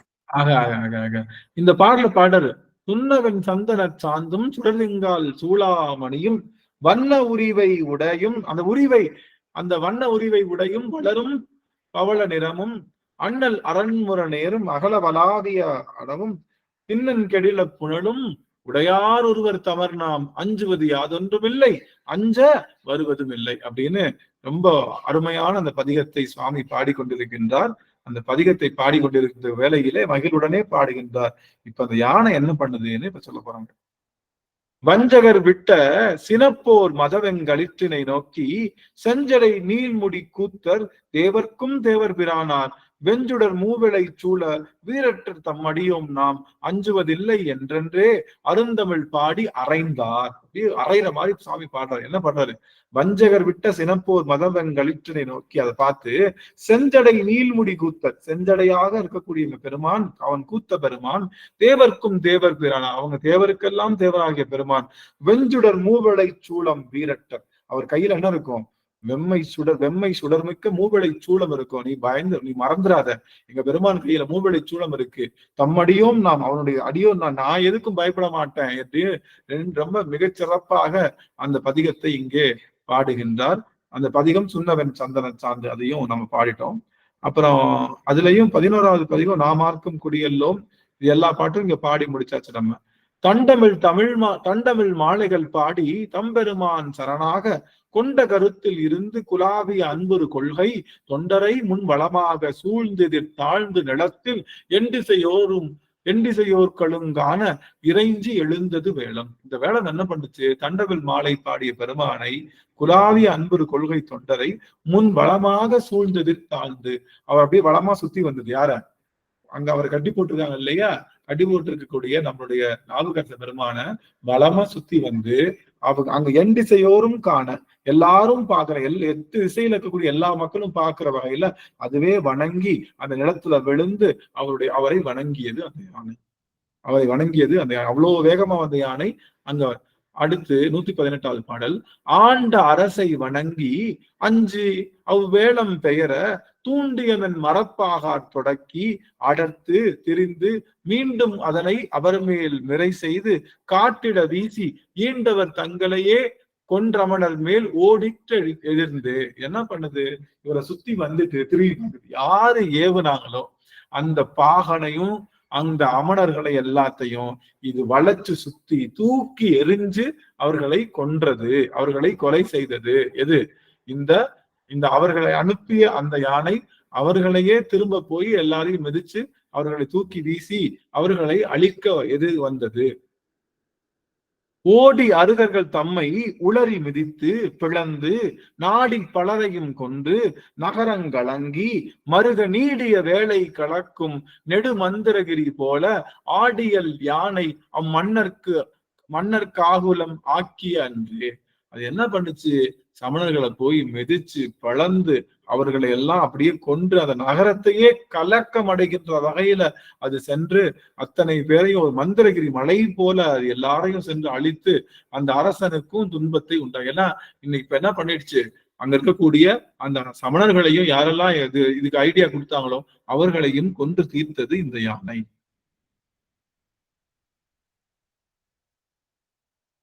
யானையின் கையில் பிழைத்த வினை அமன் கையர்கள் எல்லாம் வானம் அழிந்து மயங்கி வருந்திய சிந்தையராக தானை நிலமன்னன் தாளில் தனித்தனி வீழ்ந்து புலம்ப மேன்மை நெறிவிட்ட வேந்தன் வெகுண்டினி செய்வதென சென்றான். இப்ப எல்லாரும் தப்பிச்சாங்க, பாதி பேர் தப்பிச்சாங்க இல்லையா?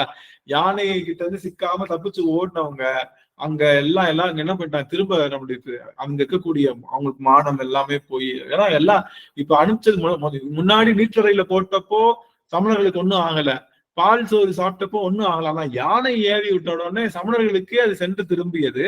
அவர் எல்லாத்தையும் அழித்ததுன்னா தப்பு படைச்சவங்க எல்லாம் அந்த மன்னனுடைய காலில் விழுந்து பெருமானங்களை எப்படியாவது காப்பாத்துங்கன்னு சொல்றப்போ அந்த மன்னனும் இனிமே என்ன பண்ணலாம், ஏன்னா இவர் இப்படியே பண்ணிட்டு இருக்காரு, இவர் என்னதான் பண்ணலாம் அப்படின்னு சொல்லி அவர்களை எல்லாம் கேட்கிறார். திரும்பவும் அவன் என்ன பண்றான்? இவங்க என்ன பண்ணலாம்னு கேட்கிறான். அப்ப என்ன சொல்றாங்க?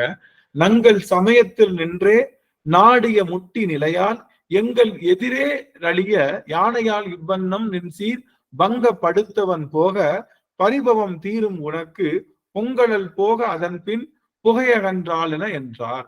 இப்ப என்ன பண்ணாங்க? இதுவும் நம்ம மந்திரத்தினுடைய எல்லாம் என்ன சொல்றாங்க? எது நடந்தாலும் நல்லது நடந்தா என்ன பண்ணுவோம்? என்னாலதான் நடந்ததுன்னுவோம். தீமை நடந்ததுன்னா வேறவங்க நடந்ததுன்னு. அது மாதிரி இங்க நடக்கக்கூடிய நன்மை எல்லாத்துக்குமே நம்ம சமயத்துல மந்திர சாதனையினாலதான் இது நடக்குதே தவிர இங்கெல்லாம் யானை உன் புகழை அழித்தவன் இறக்க பேரெங்கும் தீ போகவே அதன் பின் புகை நீங்குவதை போல உனக்கு வந்த இடைநிலை நீங்கும். அப்போ முதல்ல என்ன பண்ணலாம், இவனை முதல்ல ஒழிச்சு கட்டணும்னா தான். இப்ப யானை இப்படி ஊரையே தம்சம் பண்ணது தெரிஞ்சு போச்சு. யாருக்கு? ஊர் மக்களுக்கு எல்லாத்துக்கும் தெரிஞ்சு போச்சு. சமணத்தினால ஒன்னும் ஆவது இல்லை அப்படின்றது தெரிஞ்சிருச்சு. அதனால இங்க இருக்கிறவங்க எல்லாரும் என்ன சொல்றாங்கன்னா, அவனை எப்படியாவது நாம திரும்பவும் கொல்வதற்கு திட்டம் செய்கின்றார்கள் நம்முடைய சமணர்கள். அல்லிருள் அன்னவர் கூற அரும்பெரும் பாவத்தவன் பின் தொல்லை சமயம் அளித்து துயரம் விளைவித்தவன் தன்னை சொல்லும் இனி செய்வதென்ன சூழ்ச்சி முடிக்கும் தொழிலோர் கல்லுடன் பாசம் பிணித்து கடலை பாய்ச்சுவதென்றார். இப்ப என்ன பண்ணலாம் கேட்டதுக்கு, கல்லுடன் பாசம்னா கயிறு, கல்லுல கயத்தை போட்டு கட்டி நடுக்கடல்ல போட்டுருவோம், அவ்வளவுதான், நடுக்கடல்ல போட்டுருவோம் அப்படின்னு ஒரு ஐடியா சொல்றாங்க நம்மளுடைய அல்லிருள் அன்னவர் கூற அரும்பெரும் பாவத்தவன் பின் தொல்லை சமயம் அளித்து துயரம் விளைத்தவன் தன்னை சொல்லும் இனி செய்வதென்ன, என்ன செய்யலாம் அப்படின்னு சூழ்ச்சி முடிக்கும் தொழிலோர். யாரு? தமிழர்கள் சூழ்ச்சி முடிக்கும் தொழிலோர் கல்லுடன் பாசம் பிணித்து கடலிடை பாய்ச்சுவதென்றார். கடல்ல போட்டு அவரை பாய்ச்சிடலாம் அப்படின்னு சொல்றாங்க. ஆங்கது கேட்ட 123வது பாடல். ஆங்கது கேட்ட அரசன் அவ்வினை மாக்களை நோக்கி தீங்கு புரிந்தவன் தன்னை சேமம் உறக்கொடு போகி பாங்கொரு கல்லில் அணைத்து பாசம் பிணித்தோர் படகில் வீண்கொழி வேளையில் ஏற்றி வீழ்த்துமின் என்று விடுத்தான். என்ன சொல்றா சமண மன்னன்?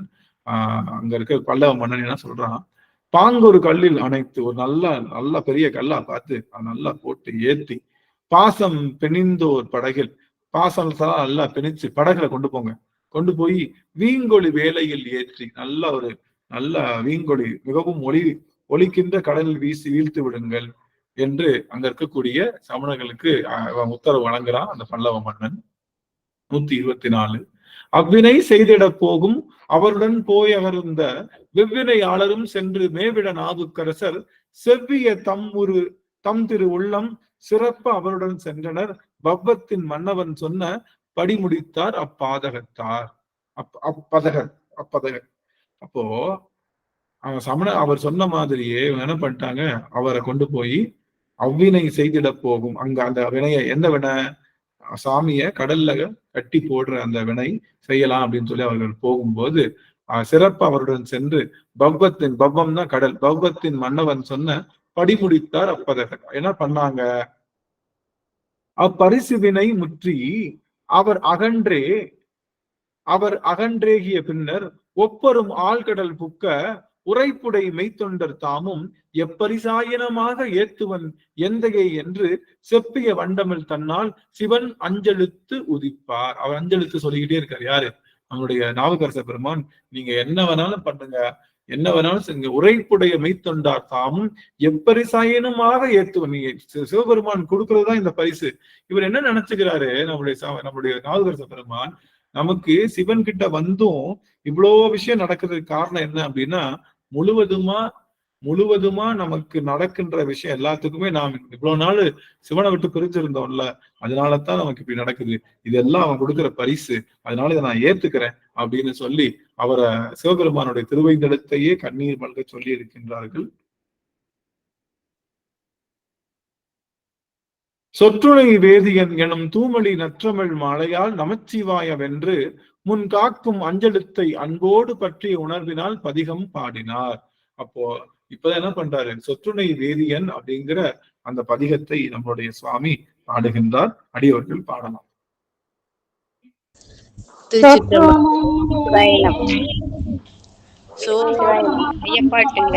சுசிலாமா பாட்டுங்க. சிவாய நம. திருச்சிற்றம்பலம். சொற்றுணை வேதியன் சோதிவானவன் பொற்றுணை திருந்தடி பொருந்த கை தொழ.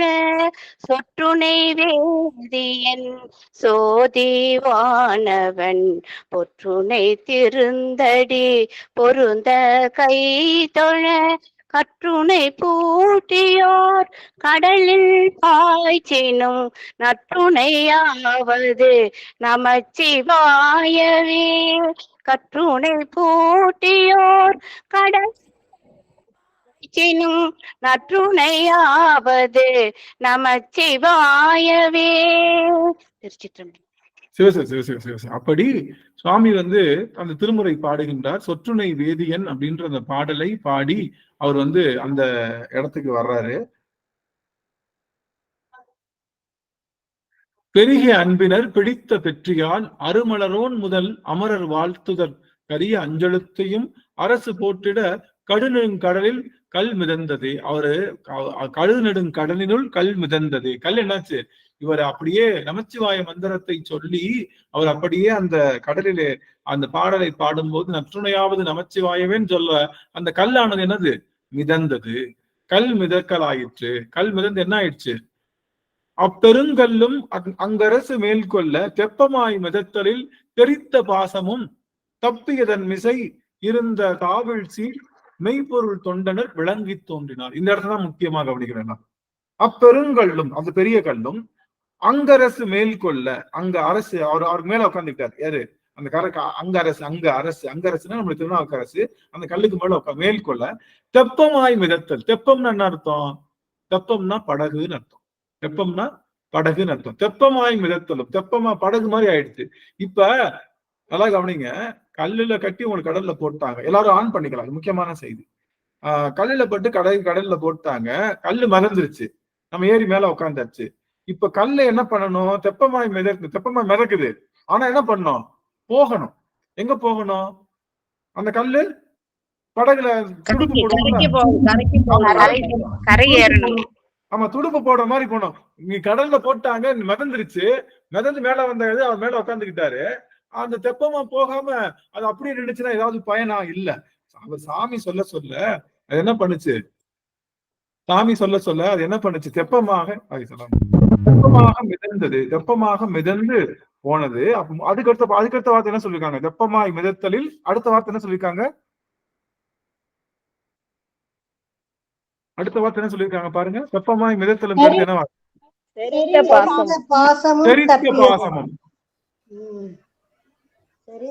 அந்த செரித்த அவரை கட்டின பாசம் இருக்கு இல்லையா? என்ன ஆயிடுச்சு? தப்பி அதன் மிசை தெரிச்சிருச்சு. அவர் கட்டின அந்த கட்டு என்ன தெரிச்சிருச்சு. தப்பியதன் மிசை இருந்த தாவில் சீர் மெய்ப்பொருள் தொண்டனர். அப்போ சாமி கடலுக்குள்ள போட்டாங்க. கடலுக்குள்ள கட்டி போட்டதுக்கு அப்புறம் சாமி எப்படி வெளியே வந்தாரு? சாமி எப்படி வெளியே வந்திருக்காரு பாக்குறதுக்கு? வெளியில வர்றப்போ தெப்பத்து மேல அவர் உட்கார்ந்துருக்காரு. கல்லு மேல அவர் உட்கார்ந்துருக்காரு. அது தெப்பம் மாதிரி இருக்கு. அவர் மேல கட்டிருக்கக்கூடிய அந்த கயிறு எல்லாம் என்னவாயிடுச்சு? செரித்து அவர் நினைத்து என்ன ஆயிடுச்சு? தப்பியது. அது அவர் விட்டு விலகிடுச்சு. அவர் கட்டின கயிறெல்லாம் போயிடுச்சு. இருந்தவள் சார் மெய்ப்பெருந்தொண்டரா விளங்கி தோன். கல்லுல கட்டி போட்டாங்க. வெளியே வர்றப்ப என்ன வந்தாரு? வெளியே வர்றப்ப என்ன வந்தாரு? அந்த பாசம் என்று சொல்லக்கூடிய கல் எல்லாம் நீங்க, கல் எல்லாம் இல்லாம அப்படியே கம்பீரமா எது மேல? அந்த கல்லு மேல உட்கார்ந்து சுவாமி வந்தாரு அப்படின்னு சொல்லுச்சு. மெய்ப்பெருந்தொண்டா விளங்கி தோன் அப்படி சொந்தாருன்றாங்க. எனக்கு ஒரே ஒரு சின்ன ஒரு வருத்தம். நான் இப்ப ஸ்டாப் பண்ணிக்கிறேன். பிரசன்டிங் அவ்வளவுதான், முடிக்கிறேன். ஒரு சின்ன வருத்தம் என்ன அப்படின்னா, நேற்றைய தினம் நம்ம பார்த்தோம். ஒரு பெரிய நம்ம கரையேறிய விட்ட குப்பத்துல சுவாமிய வந்து நம்ம எல்லாரும் பிரதிஷ்டை பண்ணாங்க. நடு குளத்துல பண்ணாங்க. ஆனா ஒரு சின்ன வருத்தம். அது நான் போட்டேன், அப்புறம் திரும்ப டெலீட் பண்ணிட்டேன். நம்ம குடும்பத்துல தான் போட்டேன். எனக்கு சுவாமிய வந்து அப்படியே கட்டுறாங்கன்னு சொல்றப்பவே நான் நினைச்சு பார்க்கும்போது என்ன தோணும் அப்படின்னா, சமணர்கள் வந்து கல்லோட சேர்த்து அவரை கட்டினாங்க, இறுக்கி கட்டினாங்க, அது அவர் நடுக்கடல்ல அவர் சொன்னதை செஞ்சாங்க, போட்டாங்கன்னு சொல்லும் போது அடியனுக்கு ரொம்ப மனசு கஷ்டமா இருக்கும். என்னடா எப்படி எங்க பெருமானை இப்படி செய்த? நான் என்ன சொல்லுவேன்னா, சிவபெருமான் சண்டை போடுவேன். பெருமானே நீ ஏன் அதை பார்த்துட்டு இருந்த? எப்படி எங்களுடைய பெருமான வயசானவரை போய் கட்டல அப்படி நெருக்கி கட்டும் போது அவர் உடல் லேசா அப்படி டைட் ஆகும்ல, அவரை கட்டுறப்போ உடம்புல அந்த கயிறு டைட் ஆகுற இடமெல்லாம் பார்த்து எனக்கு வலிக்கும். நான் மனசுலயே கண்ணுக்குள்ள பாக்குறப்ப எனக்கு அந்த இடத்துல அவர் கட்டுற ஒவ்வொரு இடமும் எனக்கு வலிக்கு. எப்படி இறுக்கி கட்டியிருப்பாங்க, எவ்வளவு மனசு கஷ்டமா நினைச்சு பாருங்க. ஒரு பிறந்ததுல இருந்து எந்த இடத்துலயும் பெரிய நல்ல விஷயம் நடக்கல. எந்த இடத்துலயும் பெரிய நல்ல, அக்காவுக்கு நல்ல வாழ்க்கை அமையல, அவருக்கு நல்ல வாழ்க்கை அமையல. சமண சமயத்துக்கு போய் வந்தவர் திரும்ப அவரை வந்து அவர் வந்து நிறைய விஷயங்கள் எல்லாம் எடுத்துட்டு தொடர்ந்து அவரை நீற்றறையில போட்டது, அவரை வந்து தொடர்ந்து வந்து இதுல போட்டு பால் சோறு இது இது கொடுத்தது, நஞ்சு கொடுத்தது, யானையை வந்து மிதிக்க வச்சது எல்லாம் நடந்து பாக்குறப்போ எனக்கு அது கூட ஒன்னும் பெருசா தெரியல. ஆனா அவர் கல்லுல கட்டுனாங்கன்னு நினைக்கும் போதே அடியனுக்கு அப்படியே கண்ணில் நீர் பெறும். எங்க பெருமானை இப்படி வந்து சொல்லிக்கிறப்ப நீ எப்படி இதை பார்த்துக்கிட்டு இருந்த பெருமானே அப்படின்னு நினைச்சிட்டு அவர் அந்த நேரத்துலயும் கூட நம்பி வந்து சரி என்ன பண்ணாலும் எங்க அப்பா அவர் என்ன நினைச்சாருன்னா இந்த தண்டனை எனக்கு வேணும்னு நினைச்சாரு. இல்லாட்டினா அவர் அதுக்கு முன்னதாகவே சமணர்கள் அப்படின்னு வெகுண்டு பார்த்தாலே சமணர்கள் அத்தனை பேரும் அப்படியே தீ பிடிச்சு எரிஞ்சிருப்பாங்க. அவங்க அத்தனை பேரும் சமணர்களை வந்து திருநாவுக்கரசு நாயனார் வந்து பெருமானுடைய ஆணையின் பேர்ல அத்தனை சமணர்கள் அழிந்து விடுகன்னு ஒரே ஒரு வார்த்தை சொல்லியிருந்தாருன்னா கண்டிப்பா அத்தனை பேரும் அவங்க எல்லாரும் அழிந்து போயிருப்பார்கள், அவங்க எல்லாரும் எரிந்து போயிருப்பார்கள். ஆனா அவர் வாங்கினார், நான் செஞ்சதுக்கு இது தேவை, உன்னை விட்டு போனேன் இல்லப்பா அவ்வளவு நாள், அதனால எனக்கு இந்த சமணம் இந்த இது தேவைதான். ஆனா இறக்க நான் தயாரா இருக்கேன், நான் இறந்து போய்விட்டால் உன்னுடைய பெருமையானது அழிந்து விடுமே என்பதற்காக நான் இறக்காம இருக்கேன் சுவாமின்னு சொல்லிட்டு அவர் அந்த கயத்துல கட்டி அவரை வந்து அந்த கடல்ல போடுற அந்த நிகழ்வு அடியன் எண்ணும் போதெல்லாம் அடியனுக்குள்ள பெருமானே எப்படி இந்த செயல் நிகழ்ந்தது. தண்ணிக்குள்ள விழுகிறப்போ எந்த உரைப்பு இருக்கும் அவருக்கு, எத்தனை அந்த ஒரு குழந்தை அந்த நாவுக்கரசு அப்படின்ற மருள் நீக்கியார் குழந்தைக்கு இத்தனை பெரிய கொடுமைகள் எல்லாம் நிகழ்ந்து கொண்டே இருக்கணுமா, இதெல்லாம் நீ எனக்கு ஏன் சாமி எனக்கு சொன்ன, எனக்கு கேட்கும் போதே உடலெல்லாம் பதைக்கின்றது சுவாமி அப்படின்னு கல்லை கட்டி அவர் உள்ள போட்டதுக்கு அப்புறம் அவர் வெளியே எழுந்து வந்துட்டாரு. அவர் கல்லெல்லாம் கயிறெல்லாம் உடஞ்சு போச்சு, அந்த கல் தெப்பமாக மிதந்தது அப்படின்னு சொல்லும் போது அடியனுக்கு மகிழ்ச்சியா இருந்தாலும் கூட கரையேறிய விட்ட குப்பம் சென்ற அந்த கணமெல்லாம் அடியனுக்கு அந்த நினைவு மட்டும்தான் இருந்தது. நேற்றைய தினம் பார்க்கும்போது எனக்கு ரொம்ப வருத்தமான செய்தி இது உங்ககிட்ட பதிவு செய்யணுன்றதுக்காக தான் சொல்றேன். நேற்றைய தினம் பவானி ஐயா அவர்கள் எல்லாம் வந்து சேர்ந்து அந்த சிற்பத்தை உருவாக்காங்க. சிற்பம் வந்து எப்படி இருந்துச்சுன்னா கல்லு கட்டி கயிறு கட்டி இருந்துச்சு. என்னால பார்க்கவே முடியல. சமணர்கள் கட்டின கயிறை உடைச்சுதான் சாமி வெளியே வந்தார். இப்ப கரையேறிய குப்பத்துல சாமி வெளியே வரும்போது எப்படி இருக்கணும், கயிறு உடைஞ்சு கயிறு அருந்து வரணும்.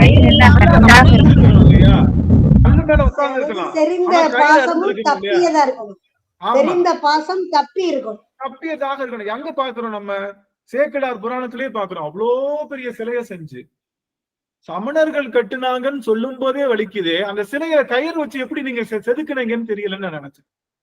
சமணர்கள் கட்டி உள்ள போட்டு அவர்கள் கயிறை உடைச்சு சாமி வெளியே வந்துட்டாரு, திரும்பவும் நீங்க கயிறை கட்டி சாமியை உட்கார வச்சிருக்கீங்களே.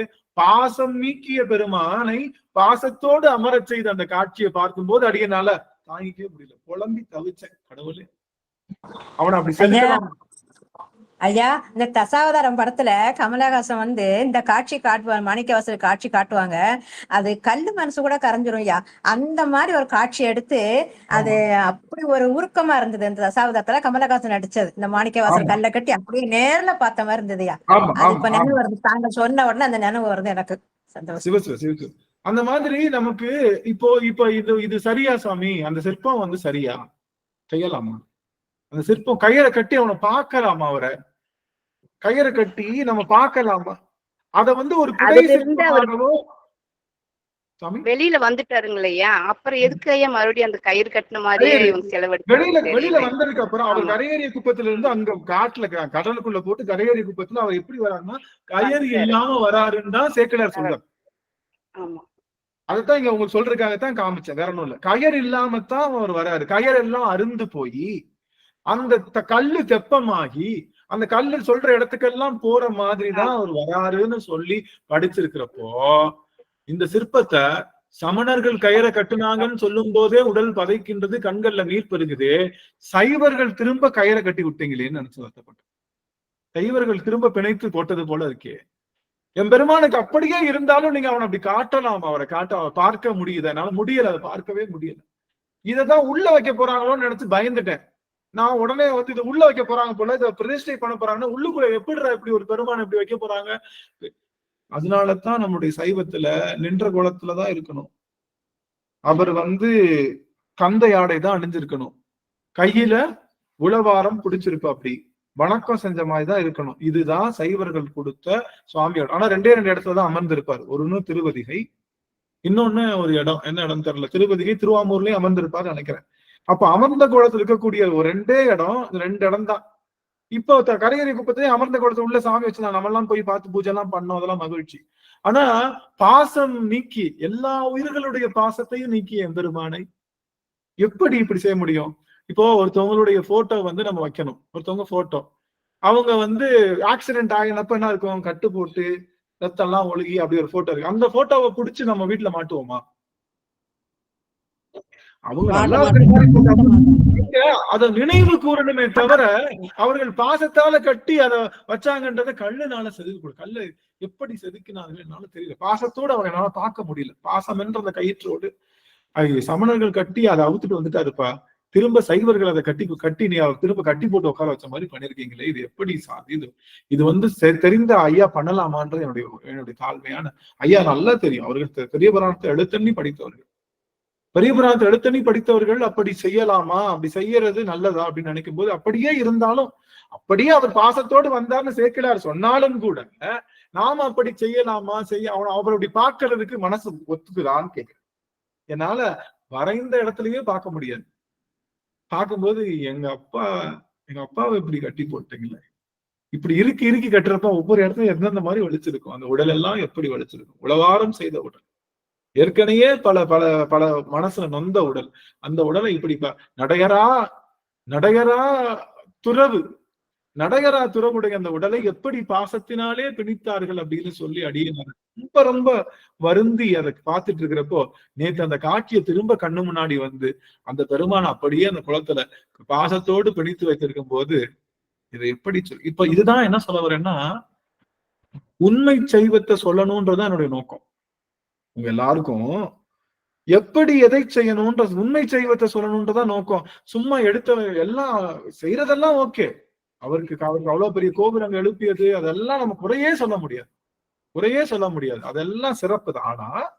ஆனா இப்படியான ஒரு செய்தி செய்தது, ஐயா செய்ததை நினைச்சு எனக்கு கொஞ்சம் வருத்தம் தான். எனக்கு அந்த வருத்தத்தை இந்த திருநாவுக்கரசு புராணத்துல அடியார்களுக்கு எல்லாம் சொல்லி, அவர் எப்படி வந்தார் அப்படின்னா தெப்பமாக வந்தார். அது தெப்பம் என்ன டைரக்ட் பண்ணலாம், அதை இங்கிட்டு போ அங்கிட்டு போ அந்த பக்கம் நேரா போ அப்படின்னு சொல்லி. ஆக்சுவலி கரையேறி விட்ட குப்பம் வரைக்கும் கடல் இருந்தது.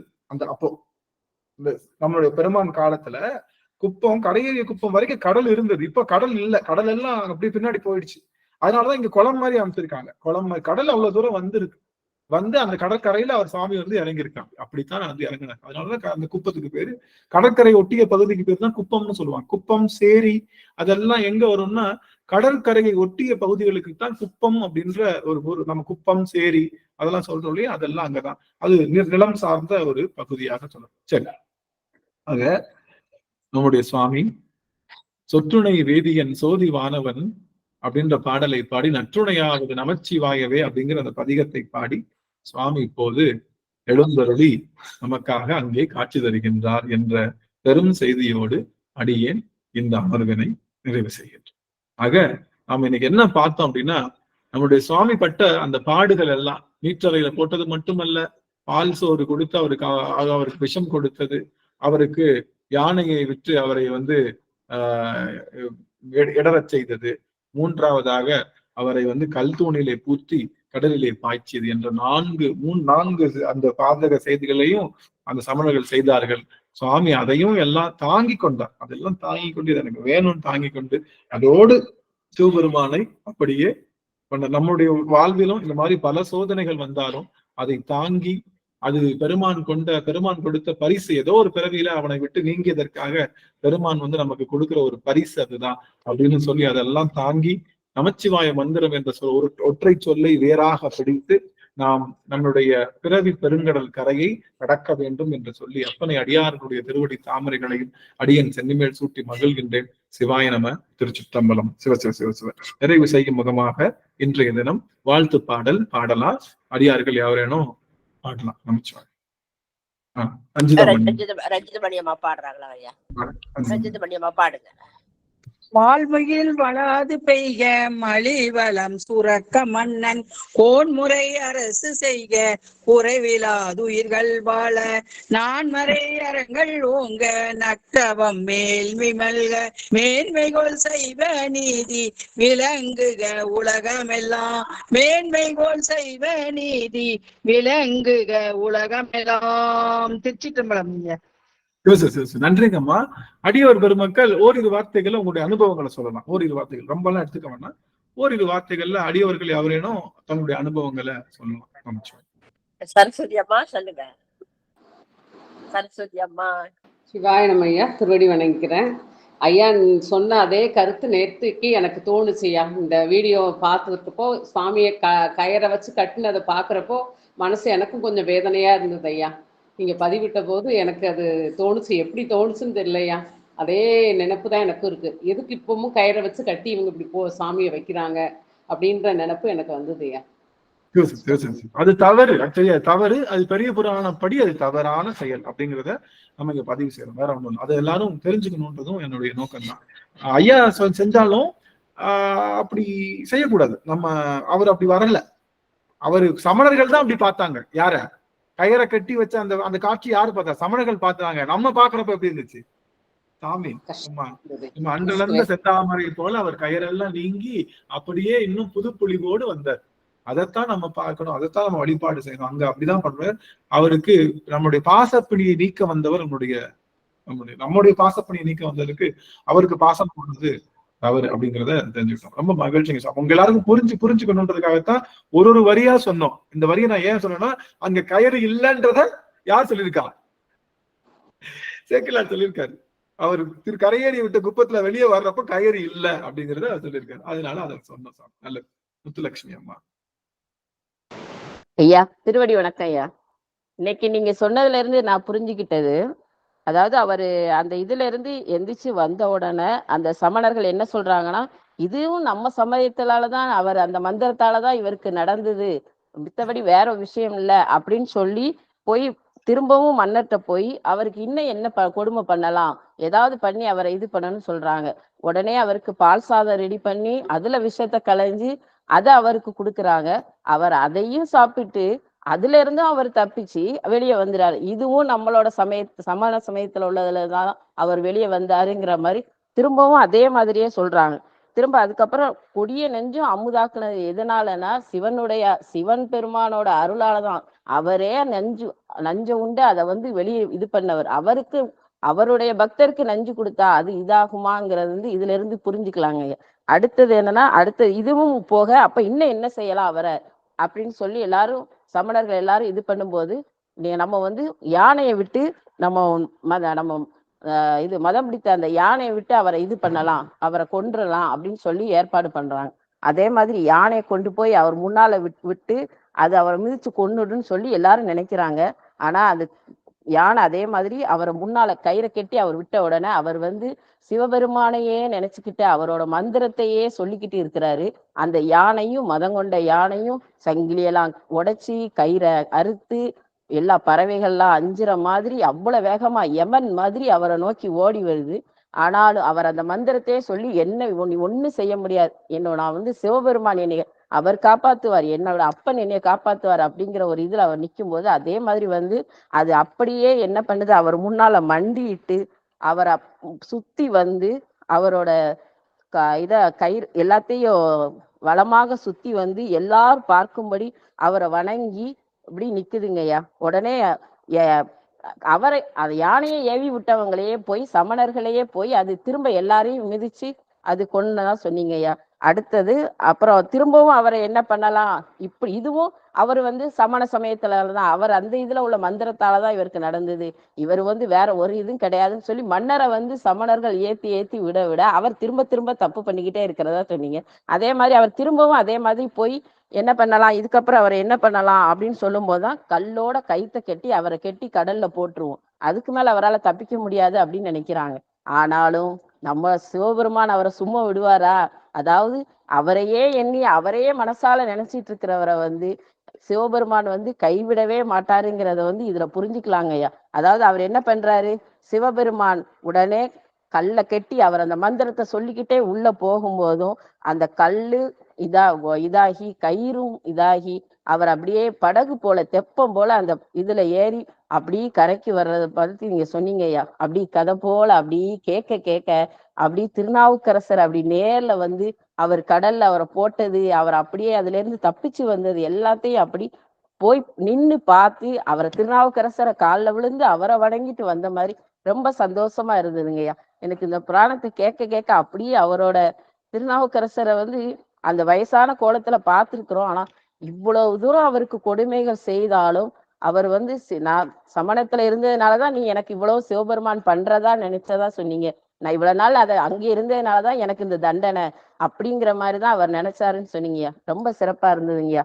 ரொம்ப அனுபவிச்சு இன்னைக்கு நான் எல்லாத்தையும் கேட்டு அவ்வளவும் அப்படியே புக்ல அப்படியே எழுதி வச்சிருக்கேங்க. ரொம்ப சந்தோஷங்க. சுவாமி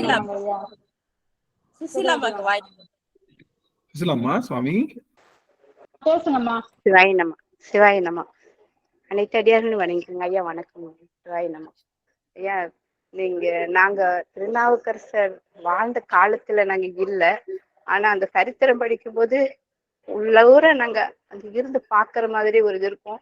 அது இப்ப நீங்க சொல்ல சொல்ல சொல்ல சொல்ல நாங்களும் அங்க இருந்து திருநாவுக்கரசர் பட்ட கஷ்டத்தையும் நாம் அனுபவிச்ச மாதிரியும் அதுல இருந்து இறைவன் வந்து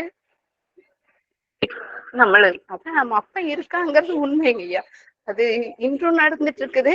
ஆனா அவர் வாழ்க்கையில அப்ப நடந்தது கேட்கும்போது நம்ம கூட இருந்து பார்த்த மாதிரி ரொம்ப ரொம்ப உருகி போயிட்டுங்க ஐயா. உண்மையிலேயே நாங்க ஒவ்வொன்றும் கூடவே இருந்து பார்த்த மாதிரி, அந்த அம்மா சொன்ன மாதிரி கூடவே இருந்து பார்த்து அந்த இதையை அனுபவிச்சு சமணர்கள் கிட்ட இருந்து அவரு எப்படி வெளியில வந்தாரு, இறைவனையே எந்த நேரமும் நினைச்சிட்டு இருந்ததுனால மட்டும்தான் இது முடிஞ்சது. அவரு எதை பத்தி அவர் கவலைப்படல, என்ன வேணாலும் பண்ணட்டும், எனக்கு நான் இவ்வளவு நாள் அதுல சமணத்துல இருந்ததுனால எனக்கு தண்டனை அப்படின்னு அவர் ஏத்துக்கிட்டாரு. ஆனா சமணர்கள் வந்து பொய் சொல்லி மாத்தி மாத்தி அவங்கனாலதான் இவர் தப்பிச்சாரு, அதனாலதான் தப்பிச்சாருன்னு அரசர்கிட்ட சொல்லி மீண்டும் மீண்டும் மீண்டும் மீண்டும் தண்டனை விட்டு நீர்த்துறையில 7 நாள் இருக்கும்போது ஒரு நாள் ஒரு அரை மணி நேரமே இருக்க முடியாது போது 7 நாள் உள்ள இருந்து அதையே அனுபவிச்சு. ஆனா நாவுக்கரசர் அது எதுவுமே அனுபவிக்கிறீங்க ஐயா. அதெல்லாம் இறைவனே அவரை அப்படியே பூ மாதிரி வச்சுட்டாருங்க ஐயா. அவர் கூட இருக்கும்போது அதெல்லாம் அவருக்கு இல்லை, நம்ம பார்க்கும்போது நாம உணர்றோம். ஆனா அவர் எந்த இதுவுமே அவருக்கு கொடுக்கல, அந்த கஷ்டத்தை கொடுக்கல. நமக்கெல்லாம் தெரிவிக்கணும், நம்மளும் இறைவனை நம்பினா எப்படி நம்ம வாழலாம் அப்படிங்கிறது காட்டுற மாதிரி இருந்தது ஐயா. சிவாய் நம்ம திருச்சிட்டோம் அப்படியே நாவுக்கரசருடைய வாழ்க்கையில கூடவே நாங்களும் இருந்து பார்த்த மாதிரி இருந்தது ஐயா. சிவாய் சிவாய் திருவடி வணக்கங்க ஐயா. அனைத்து அடியார் திருவடி. இதுல இருந்து மொத்தமா நமக்கு தெரிஞ்சுக்கிறது என்னன்னா, சிவபெருமான நம்மளுக்குள்ள வச்சு நம்ம நம்பி அவர் இருக்கும்போது நம்மளை யாரும் எதுவும் பண்ண முடியாது, அந்த அசையாத ஒரு நம்பிக்கை இருந்தா எல்லாத்தையுமே நம்ம இது பண்ண முடியுங்கிற ஒரு இது தெரிஞ்சுதுங்க ஐயா. இதுல இருந்து எந்த மாற்றமும் இல்லையா. அவர் மட்டும் நம்ம கூட இருந்தா போதும். அப்பா கூட இருக்கும்போது யாரு நம்ம கிட்ட வர முடியாது, எதுவும் பண்ண முடியாது அப்படிங்கிற ஒரு அசையாத நம்பிக்கையோட இருந்தா போதுங்க ஐயா. நம்மளை யாருமே எதுவுமே பண்ண முடியாது அப்படிங்கறது தெரிஞ்சுட்டேங்க. சிவாய் மகிழ்ச்சி சுவாமி. கலாவதி அம்மா சுவாமி. சிவாய் நமங்க ஐயா. திருவடி வணக்கம். இன்னைக்கு 26 பாட்டு பார்த்திருக்காங்க. ரொம்ப எல்லா பாட்டுக்குமே நீங்க நல்லா வரி வரியா அர்த்தம் சொல்லிட்டு வந்தீங்க. தெரியாத வார்த்தைகளையும் தெரிஞ்சுக்கணும். நான் 111வது பாடல்ல பாசத்தொடை நிகிலத்தொடர் பரியத்தறி முறியா அப்படின்னு வருது. நிகிலத்தொடர்னா என்னடான்னு நினைச்சேன். சங்கிலியோடு வந்துச்சு அந்த யானை அப்படின்னு. அந்த கால் சங்கிலி, அந்த நிகிலத்தொடர்னா என்னான்னு புரியல எனக்கு, அது சொன்னீங்க. அதுலயே 4வது வரியில வாசக்கடை மழை முற்பட மதிவேற்பெதிர் வருமாள். மழை முற்பட அப்படின்னு பார்த்தா அந்த மதன நீரோட யானை வந்துச்சு. அது அவ்வளவு மதன நீர் இருக்குதான் அந்த மழைன்னு அங்க கொடுத்துருக்காங்க அப்படின்றத புரிஞ்சுக்கணுங்க. அவர் ஆனா ஒரு கஷ்டம் படும் போதும் என்ன நினைச்சுக்கிறாருன்னா, நம்ம இவ்வளவு நாள் சிவபெருமானை விட்டு பிரிஞ்சு இருந்தோம், அதனால நம்ம இத கஷ்டப்படுறோம் அப்படின்னு நினைக்கிறாருன்னும் போது எனக்கு என்ன தோணுச்சுன்னா, அதான் ஒவ்வொருத்தவங்களுக்கும் ஒரு மாதிரி தோணும் போது, அப்ப எனக்கு இவ்வளவு வசதி வாய்ப்புகள் எல்லாம் இருந்தோம் இவ்வளோ வழியை நான் அனுபவிக்கிறேனே, ஒரு நாளும் இவ்வளோ வழியை அனுபவிக்கிறேனே, அப்ப முன்பிறவியில நான் என்ன செஞ்சிருக்கணும் அததான் நினைச்சுக்கிறேன். எவ்வளவு மாத்திரை, எவ்வளவு மருந்து சாப்பிட்றோம், எவ்வளவு வழியை அனுபவிக்கிறேன் அப்படின்னு நினைச்சுக்கிறேன். எந்த ஒரு நோயும் கிடையாது, பிபி கிடையாது, சுகர் கிடையாது, எதுவுமே கிடையாது. ஆனா வலி அனுபவிக்கிறேனே, இவ்வளவு வலி அப்படின்னும் போது அவரு இப்படி நினைச்சுக்கினாரு. அது மாதிரி நம்மளும் இப்படித்தான் நினைச்சுக்கணும். நம்ம என்ன வினை பயன் செஞ்சோமோ அதுதான் இந்த வகுப்புக்கு ஆரம்பிச்சதுல இருந்து அந்த ஒரு மனசு இதுதான் எனக்கு வந்ததே. நம்ம வந்து வினை பயனாதான் அனுபவிக்கிறோம்ன்றது வந்தது. அதுக்கு முன்னாடி இந்த மாதிரிலாம் நினைக்க மாட்டோம். இந்த வகுப்பெல்லாம் அட்டன் பண்ணதான் முன்வினை பயனை நம்ம அனுபவிக்கிறோம் அப்படின்றது தெரிஞ்சு தைரியமா இருக்கிறேன். அனுபவிப்போம், நம்ம எல்லாத்தையும் இப்பயும் அனுபவிப்போம், அடுத்த பிறவி வரவேணாம் அப்படின்னு நினைச்சுக்கிறாங்க ஐயா. சிவாய நம. திருவடி வணக்கம். அடியர்களுடைய உரைப்பு பார்க்கும்போது அடியனுக்கு இன்னுமே நெகிழ்கின்றது. நாவுக்கரசு புராணம் அடியன் from the beginningல இருந்து ஒவ்வொரு தடவையும் படிக்கும் போதெல்லாம் கண்களை நீர் பெருகி கொண்டேதான் படிக்கிறதுக்கான வாய்ப்பு இருந்தது. அடியாளர்கிட்ட இந்த மாதிரி ரொம்ப நீர் பெருகக்கூடாது, கொஞ்சம் ரொம்ப எமோஷனல் ஆகக்கூடாதுன்னு நினைச்சாலும் அந்த சுவாமி எல்லாத்தையும் கடந்துருக்கான. கயத்துல கட்டி கல்ல கட்டி கயத்துல கடல்ல போடுறாங்க அப்படின்றப்ப அந்த இடத்த அடியனால கடந்து போக கொஞ்சம் கடினமா இருந்தது. நேற்றைய தினம் இது நிகழ்ந்தது இன்னுமே நமக்கு பொருத்தமா அமைஞ்சுது. அதெல்லாம் அடியார்கிட்ட சொல்லணும், அவங்க கிட்ட தானே சொல்ல முடியும், வேற யாருக்கிட்ட சொல்ல முடியும்? எல்லாத்தையுமே நம்ம சொன்னோம். தப்போ ரைட்டு, நல்லதுன்னா அவங்களுக்கு உயர்த்தி பாராட்டதான் போறோம், தப்பு செய்தா அது செய்யக்கூடாதுன்னு தான் சொல்றோமே தவிர அதெல்லாம் வந்து கவனிக்கவே இல்லைங்க ஐயா. நீங்க இப்ப சொன்ன அப்புறம் தான் அந்த சிலைக்கு அபிஷேகம் பண்றாங்களா, இப்பதான் எடுத்து பார்த்தேன் நான் போன்ல. அந்த கயிறோட தான் கட்டின மாதிரியே தான் இருக்கு. ஆனா அந்த கயிறெல்லாம் இந்த பாட்டுல என்ன வருது, 120வது பாட்டுல தெப்பமாய் மிதத்தலில் செறிந்த பாசமும், அந்த கயிறு செறிந்து போச்சு, அருந்து போச்சு, அந்த கல்லு தெப்பமா மாறி போச்சு, அப்படிதான் இருக்கு. அது எப்படி நீங்க சொன்னப்புறம் தான் நானே கவனிக்கிறேன். அந்த கல்லு கட்டினதோட தான் உடம்பு பூரா கல்லு சுத்தி இருக்கு, அதோட வச்சுதான் அபிஷேகம் பண்ணி கொண்டு போய் வைக்கிறாங்க. அந்த கயிறு இருந்துடக்கூடாது அப்படின்னு இப்ப நீங்க சொன்ன அப்புறம் தான் தோணுதுங்க ஐயா. பாட்டுல எப்படி இருக்கு. நன்றிங்க ஐயா. உங்களுக்கு இது தெரிஞ்சாலும் சொல்லாம இருந்தீங்கன்னா தான் மனசு உங்களுக்கு இதா இருக்கும். எங்களுக்கு சொன்னதால இது ஒரு திருப்தியா இருக்குது. ஆமா அப்படின்னு யோசனை பண்றோங்க ஐயா. சிவகுமார் ஐயா பேசலாமே. சிவகுமார் ஐயா. சுவாமி சிவாராம் ஐயா, அந்த கரையரை விட்டு குப்பம் சிலையை பத்தி சொன்னீங்க இல்லையா, அவங்க ஏதோ ஒரு ஆர்வத்தின் காரணமாக இது மக்களுக்கு தெரியுன்ற ஒரு அந்த ஒரு வெளிப்பாட்டுல செஞ்சுட்டாங்க. அது வேற ஒண்ணும் இல்லை. நீங்க ஆழ்ந்து அனுபவிச்சு பார்த்து நீங்க சொல்றீங்க. அவங்க இது வந்து மக்களுக்கு தெரியணும், இப்படி நடந்திருக்கு, ஐயா அப்படி வந்திருக்காருன்னு தெரியுன்றதுக்காக இப்படி எல்லாம் கட்டினாங்க அப்படின்ற மக்கள் பார்க்கணுன்ற ஒரு ஆர்வத்தினால செஞ்சிருப்பாங்கன்றது என்னுடைய கருத்துக்கு ஐயா. உண்மைதான் சாமி. இல்ல அதுதான். அதுக்காக இப்போ நம்ம இப்போ சிவபெருமான அவன் நம்ம முப்புறங்களை எரித்தது எல்லாம் செய்தாலும் அவனை முழுச்சிலையா அதெல்லாம் புடை சிற்பமா தான் கோவில் வச்சிருப்பாங்க. ஆனா உள்ளுக்குள்ள போறப்போ பெருமான் சிவலிங்க திருமேனியில தான் இருக்கும். அப்படி அதுதான் பிரதானமா பார்க்கணும். இப்ப நம்ம சொல்ல வேண்டிய கருத்து இவ்வளவு கஷ்டப்பட்டாருன்றதை விட அவருடைய அருள்நிலை தான் நமக்கு சொல்லணும். இத ஒரு சிற்பமாவோ இல்ல புடை சிற்பமாவோ இல்ல ஒரு தனியா ஒரு ஓவியமாவோ தீட்டி வச்சு அதெல்லாம் அப்படி வந்தவங்களுக்கு சொல்லி கொடுத்தா அது ஒண்ணும் பிரச்சனை. ஆனா அவர் அப்படின்னால பார்க்க முடியல அப்படின்ற கருத்தை தான் நான் சொன்னேன். அவர்கள் அன்புலதான் செய்திருக்காங்க, அவங்க செஞ்சதுல எந்த இது இல்லை. ஆனா அவ்வளவு பெரிய சிலையில அது அந்த விஷயத்த பார்க்க முடியாதுன்றதுக்காகத்தான் அடியாரை நினைச்சது. நம்முடைய பெருமான் அப்படிதான் சொல்லியிருக்காங்கன்னு சொன்னது. ஆனா அடியார்களுக்கு அதை உணர்த்தணும்னா ஓவியங்கள் மூலமா உணர்த்தலாம். சைட்ல ஓவியங்கள் இது மாதிரி அது மாதிரி நிறைய விஷயங்கள் மூலமா நம்ம உணர்த்தலாம். அதுதான் செய்யலாம். அது அவ்வளவு பெரிய சிலையா செஞ்சு பெருமான பாசத்தோடு பார்க்கும்போது அடியன் நேற்று தினம்ல இருந்து அப்படியே என்னால அதை இது பண்ணிக்க முடியல.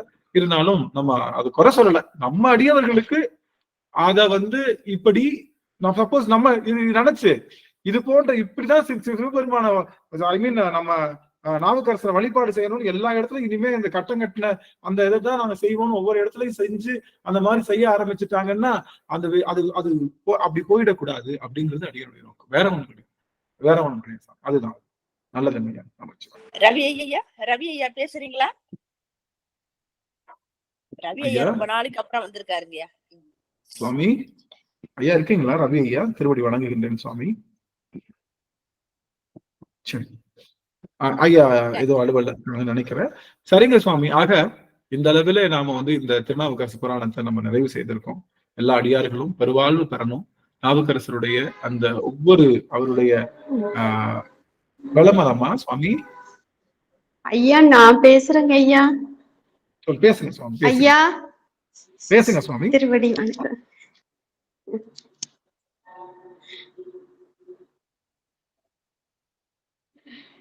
அம்மா திருவடி வணக்கங்கம்மா. அனைத்து அடியார்களையும் வணங்கிக்கிறேங்கம்மா. ஐயா திருவடி வணக்கங்க ஐயா.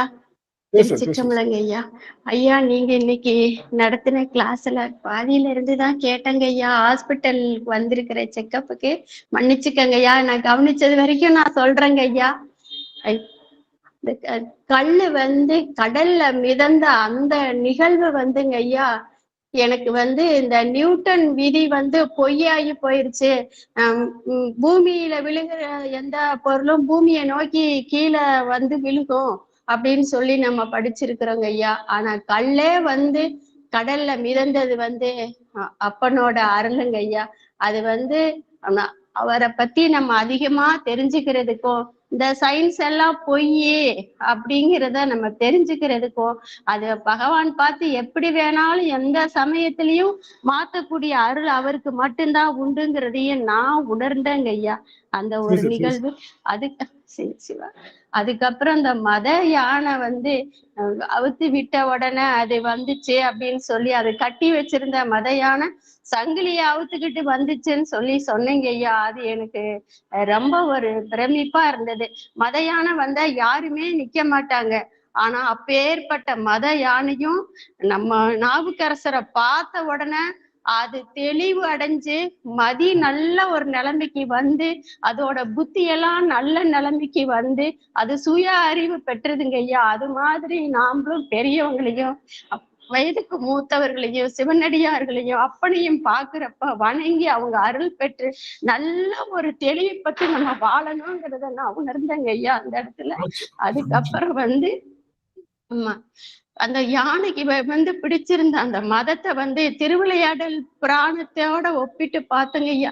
இந்த ஒவ்வொரு பிறவிக்கும் பகவான் வந்து மறுபிறப்பு அல்லது அருள் கொடுத்த மாதிரி, இந்த கருங்குருவிக்கெல்லாம் அருள் கொடுத்த மாதிரி இந்த யானைக்கும் வந்து அதோட மதியை நீக்கி அதுக்கு வந்து நல்ல ஒரு அருள் கொடுத்திருக்கிறாரு. அது மாதிரி நமக்கும் நல்ல அருள் கொடுக்கணும்னு நான் ஆண்டவனை வேண்டிக்கிறேங்க ஐயா. அதுல வந்து வள்ளலாருடைய பாடல் ஒருமையுடன் எனது திருவடி மலர் நினைகின்ற உத்தமர்த்தம் உறவு வேண்டும், அதுல வந்து மதமான பேய் பிடியாதிருத்தல் வேண்டும் வரலைங்க ஐயா. அதுல அந்த மதம் வந்து அந்த யானைக்கு பிடிச்சிருந்தது எப்படி நீங்கிச்சோ அது மாதிரி நம்ம கிட்ட இருக்கிற ஆணவம் கண்மம் மாயை எல்லாம் நீங்கி நம்ம இறைவனடி சேரணும்னு நான் ஆண்டவனை வேண்டிக்கிறேங்க ஐயா. அப்புறம் வந்து இந்த சுண்ணாம்பு சூளை சொன்னீங்க ஐயா, அது உண்மையிலேயே நான் மதுரையில நான் பார்த்திருக்கிறேங்க ஐயா. நானும் அங்க இருந்த வருஷம் வரைக்கும் இங்க ஈரோட்டு பக்கம் வந்து 40 வருஷம் ஆயிடுச்சுங்க ஐயா. சொந்த ஊரை விட்டு அம்மா வீட்டை விட்டு வந்து இங்க வந்த பிறகு இங்க வந்து ஈரோட்டுல ஒரு இடத்துல வந்து சுண்ணாம்பு சூளை இருக்குதுங்க ஐயா. அது ஒரு மாதிரி கலரான ஒரு கல்லுங்க ஐயா. அந்த கல்லை வந்து அந்த சுண்ணாம்பு சூளத்துல போட்டுதான் அதை வந்து சுண்ணாம்பா அவங்க பக்குவப்படுத்தி இந்த அம்மா எடுத்துட்டு வருவாங்க விற்பதுக்கு. அதை சொல்றப்ப எல்லாம் நான் அந்த அம்மாவையும் நினைச்சுக்குவேன், உங்களையும் நினைச்சுக்குவேங்க ஐயா.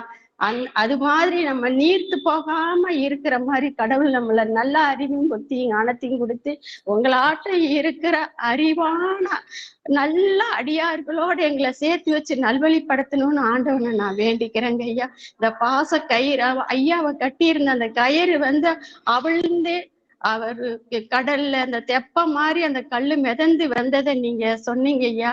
அது மாதிரி நம்மளுடைய பாச வினைகள் பாச கயிறு அவிழ்ந்து நம்ம வந்து தண்ணீரும் தாமரை போல நம்ம வாழ்க்கைய வச்சுக்கணும். எதுல பாசம் வைக்கணுங்கிறத நம்ம உணர்ந்து அதன்படி நம்ம வாழணுங்கிறத நான் வந்து உணர்ந்தேங்க ஐயா. நீங்க அதுக்கு முன்னாடியே இந்த கிளாஸ் எல்லாம் எடுக்கிறதுக்கு முன்னாடியே எங்களை வந்து இதெல்லாம் எடுக்க போறோம்னு தெரிஞ்சுதான் நீங்க திருவதிகை கோயிலுக்கு கூட்டிட்டு போனீங்கிறத நான் வந்து உணர்றேங்க ஐயா.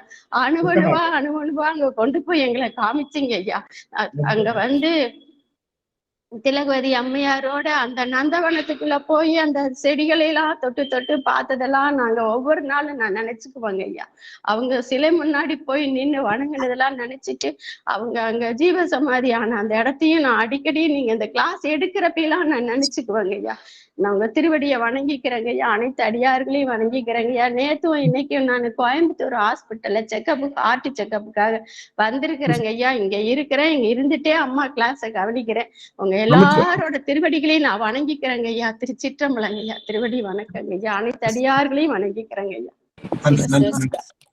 ஐயா பரிமளா அம்மா இருக்கிறாங்க. பரிமளா ஒரு வார்த்தை பேசுறீங்களாமா? அம்மா பரிமளா அம்மா பேசுங்க பேசுங்க. சிவாய் நம்மம்மா பிரேமம்மா. நாங்க ஸ்கூல்ல கொஞ்சம் ஏற கட்டின்னு இருக்கோம், அதனாலதான் என்னால இங்க பேச முடியல. கொஞ்சம் கவனிச்சுன்னு இருந்தேன், ப்ளூடூத்ல கொஞ்சம் கேட்டது மட்டும். எனக்கு இந்த கல்லில் கட்டி கடலில் பாய்க்கணும் அது ரொம்ப பிடிச்சிருந்ததுங்க. ஒரு சின்ன கல் இருந்தாலும் அதை நம்ம கல்லுல போட்டோம்னா மூழ்கிறோம். ஆனா இவர் பேர அவ்வளவு பெரிய கல்ல கட்டி போட்டோம், அவர் மிதந்து வராருன்னா இறை சக்தி எவ்வளவு இருக்கு நம்மளால உணர முடியுதுங்க. அதனால ரொம்ப சிறப்பா இருந்ததுங்க. கொஞ்சம் கேட்ட வரைக்கும் தான் எனக்கு சொல்ல முடியுது. பள்ளியில தான் இருக்கிறோம், இன்னைக்கும் நாளைக்கும் பள்ளி இருக்குது எங்களுக்கு. நன்றிங்க, ரொம்ப சிறப்பு. வாய்ப்பு இல்லை, நோட்டு வச்சு வாய்ப்பு இல்லை. சிறப்பு சிறப்பு ஐயா. திருவடி வணக்கம். திருவடி வணக்கம் ஐயா. உங்களுக்கு ஐயா காலேஜுக்கு போகணும்ல, முடிச்சுக்கலாமாங்க ஐயா? முடிச்சுக்கலாம் சாமி. அடியார்கள் தங்களுடைய அனுபவங்கள் எதையும் இருப்பினும் நீங்க குரல் பதிவா கொடுத்தீங்கன்னா அதையும் நான் கேட்டுக்கிறேன். காலதாமதம் கருதி அதை நிறைவு செய்கின்றேன் சுவாமி. சிவாய நம. திருச்சிற்றம்பலம். அடியனை பாடி. ஆறிரு தடந்தோள் வாழ்க, அருமுகம் வாழ்க, வெற்பை கூறுசை தனிவேல் வாழ்க, குக்குடம் வாழ்க சொல்வேன், ஏரிய மங்கை வாழ்க, யானை தன் அனந்து வாழ்க, மாறிலா வள்ளி வாழ்க, வாழ்க சீரடியார் எல்லாம் மாறிலா வள்ளி வாழ்க, வாழ்க சீரடியார் எல்லாம். வெற்றிவேல் முருகனுக்கு அரோகரா, ஞானவேல் முருகனுக்கு அரோகரா, சக்திவேல் முருகனுக்கு அரோகரா. திருச்சிற்றம்பலம். நன்றிங்க அம்மா. அத்தனை பேருடைய திருவடியும் நம்ம அடுத்த அமர்வுல சந்திக்கலாம். அடியார்கள் உத்தரவு வாங்கிக்கலாம் ஐயா. இன்னைக்கு ஒரு வார்த்தை சொல்லிடுறேங்க ஐயா. இன்னைக்கு நீங்க சொன்ன இதுல இருந்து விளக்கத்துல அடியானுக்கு என்ன இருந்திருந்ததுன்னா, நம்ம படுற உடம்பு வழியாகவும் மனசு வழியாகவும் நம்ம படுற துன்பமெல்லாம் முன் செஞ்சு வினையின் காரணமாக தான் பெருமான் நமக்கு கொடுக்குறாரு. அதை பெருமானம் நமக்கு சொன்னாதான் நமக்கு கழியும், வேற எதுவும் செய்ய முடியாது அப்படின்னு சொல்றத உணர்ந்துக்கணுங்க ஐயா. அது நம்ம சொல்றது வரலங்க ஐயா. திருவடி வணக்கம் ஐயா. இப்ப அவசியம் என்னன்னு போனாலும் மனசு ரொம்ப கஷ்டப்படுங்க ஐயா. இப்ப 60 வயசுல இவ்வளவு வேதனைப்பட்டிருக்காரு, நாமளாம் ஏமாத்துறோம். எந்த வயசுக்கு நம்ம இவ்வளவு கொடுக்குறாரு கடவுள், நம்ம தாங்கிறதுக்கு சக்தியும் கொடுப்பாரு, இதை கொடுக்குறவரு அதையும் கொடுப்பாருன்ற நம்பிக்கை தான் ஐயா. ஒவ்வொரு நாளும் நாள் தள்ளிங்கன்னு பெருமான் திருவடி நினைச்சுனுங்கிறங்க ஐயா. ரொம்ப ரொம்ப சந்தோஷங்க ஐயா. திருவடி வணக்கம் ஐயா. இன்னைக்கு சிறப்பா இருந்தது ஐயா. உங்க நாங்கெல்லாம் தெரிஞ்ச கதையா உங்க மூலமா தெரிஞ்சுக்கும் போது பல புரியாத விஷயங்கள்லாம் புரியுதுங்க ஐயா. சிவாய நம்ம தெரிச்சிட்டோம். நன்றிங்க ஐயா. நன்றி. உத்தரவு. அத்தனை அடியார்களும் உத்தரவு வாங்கிக்கலாம். சிவாய நம்ம.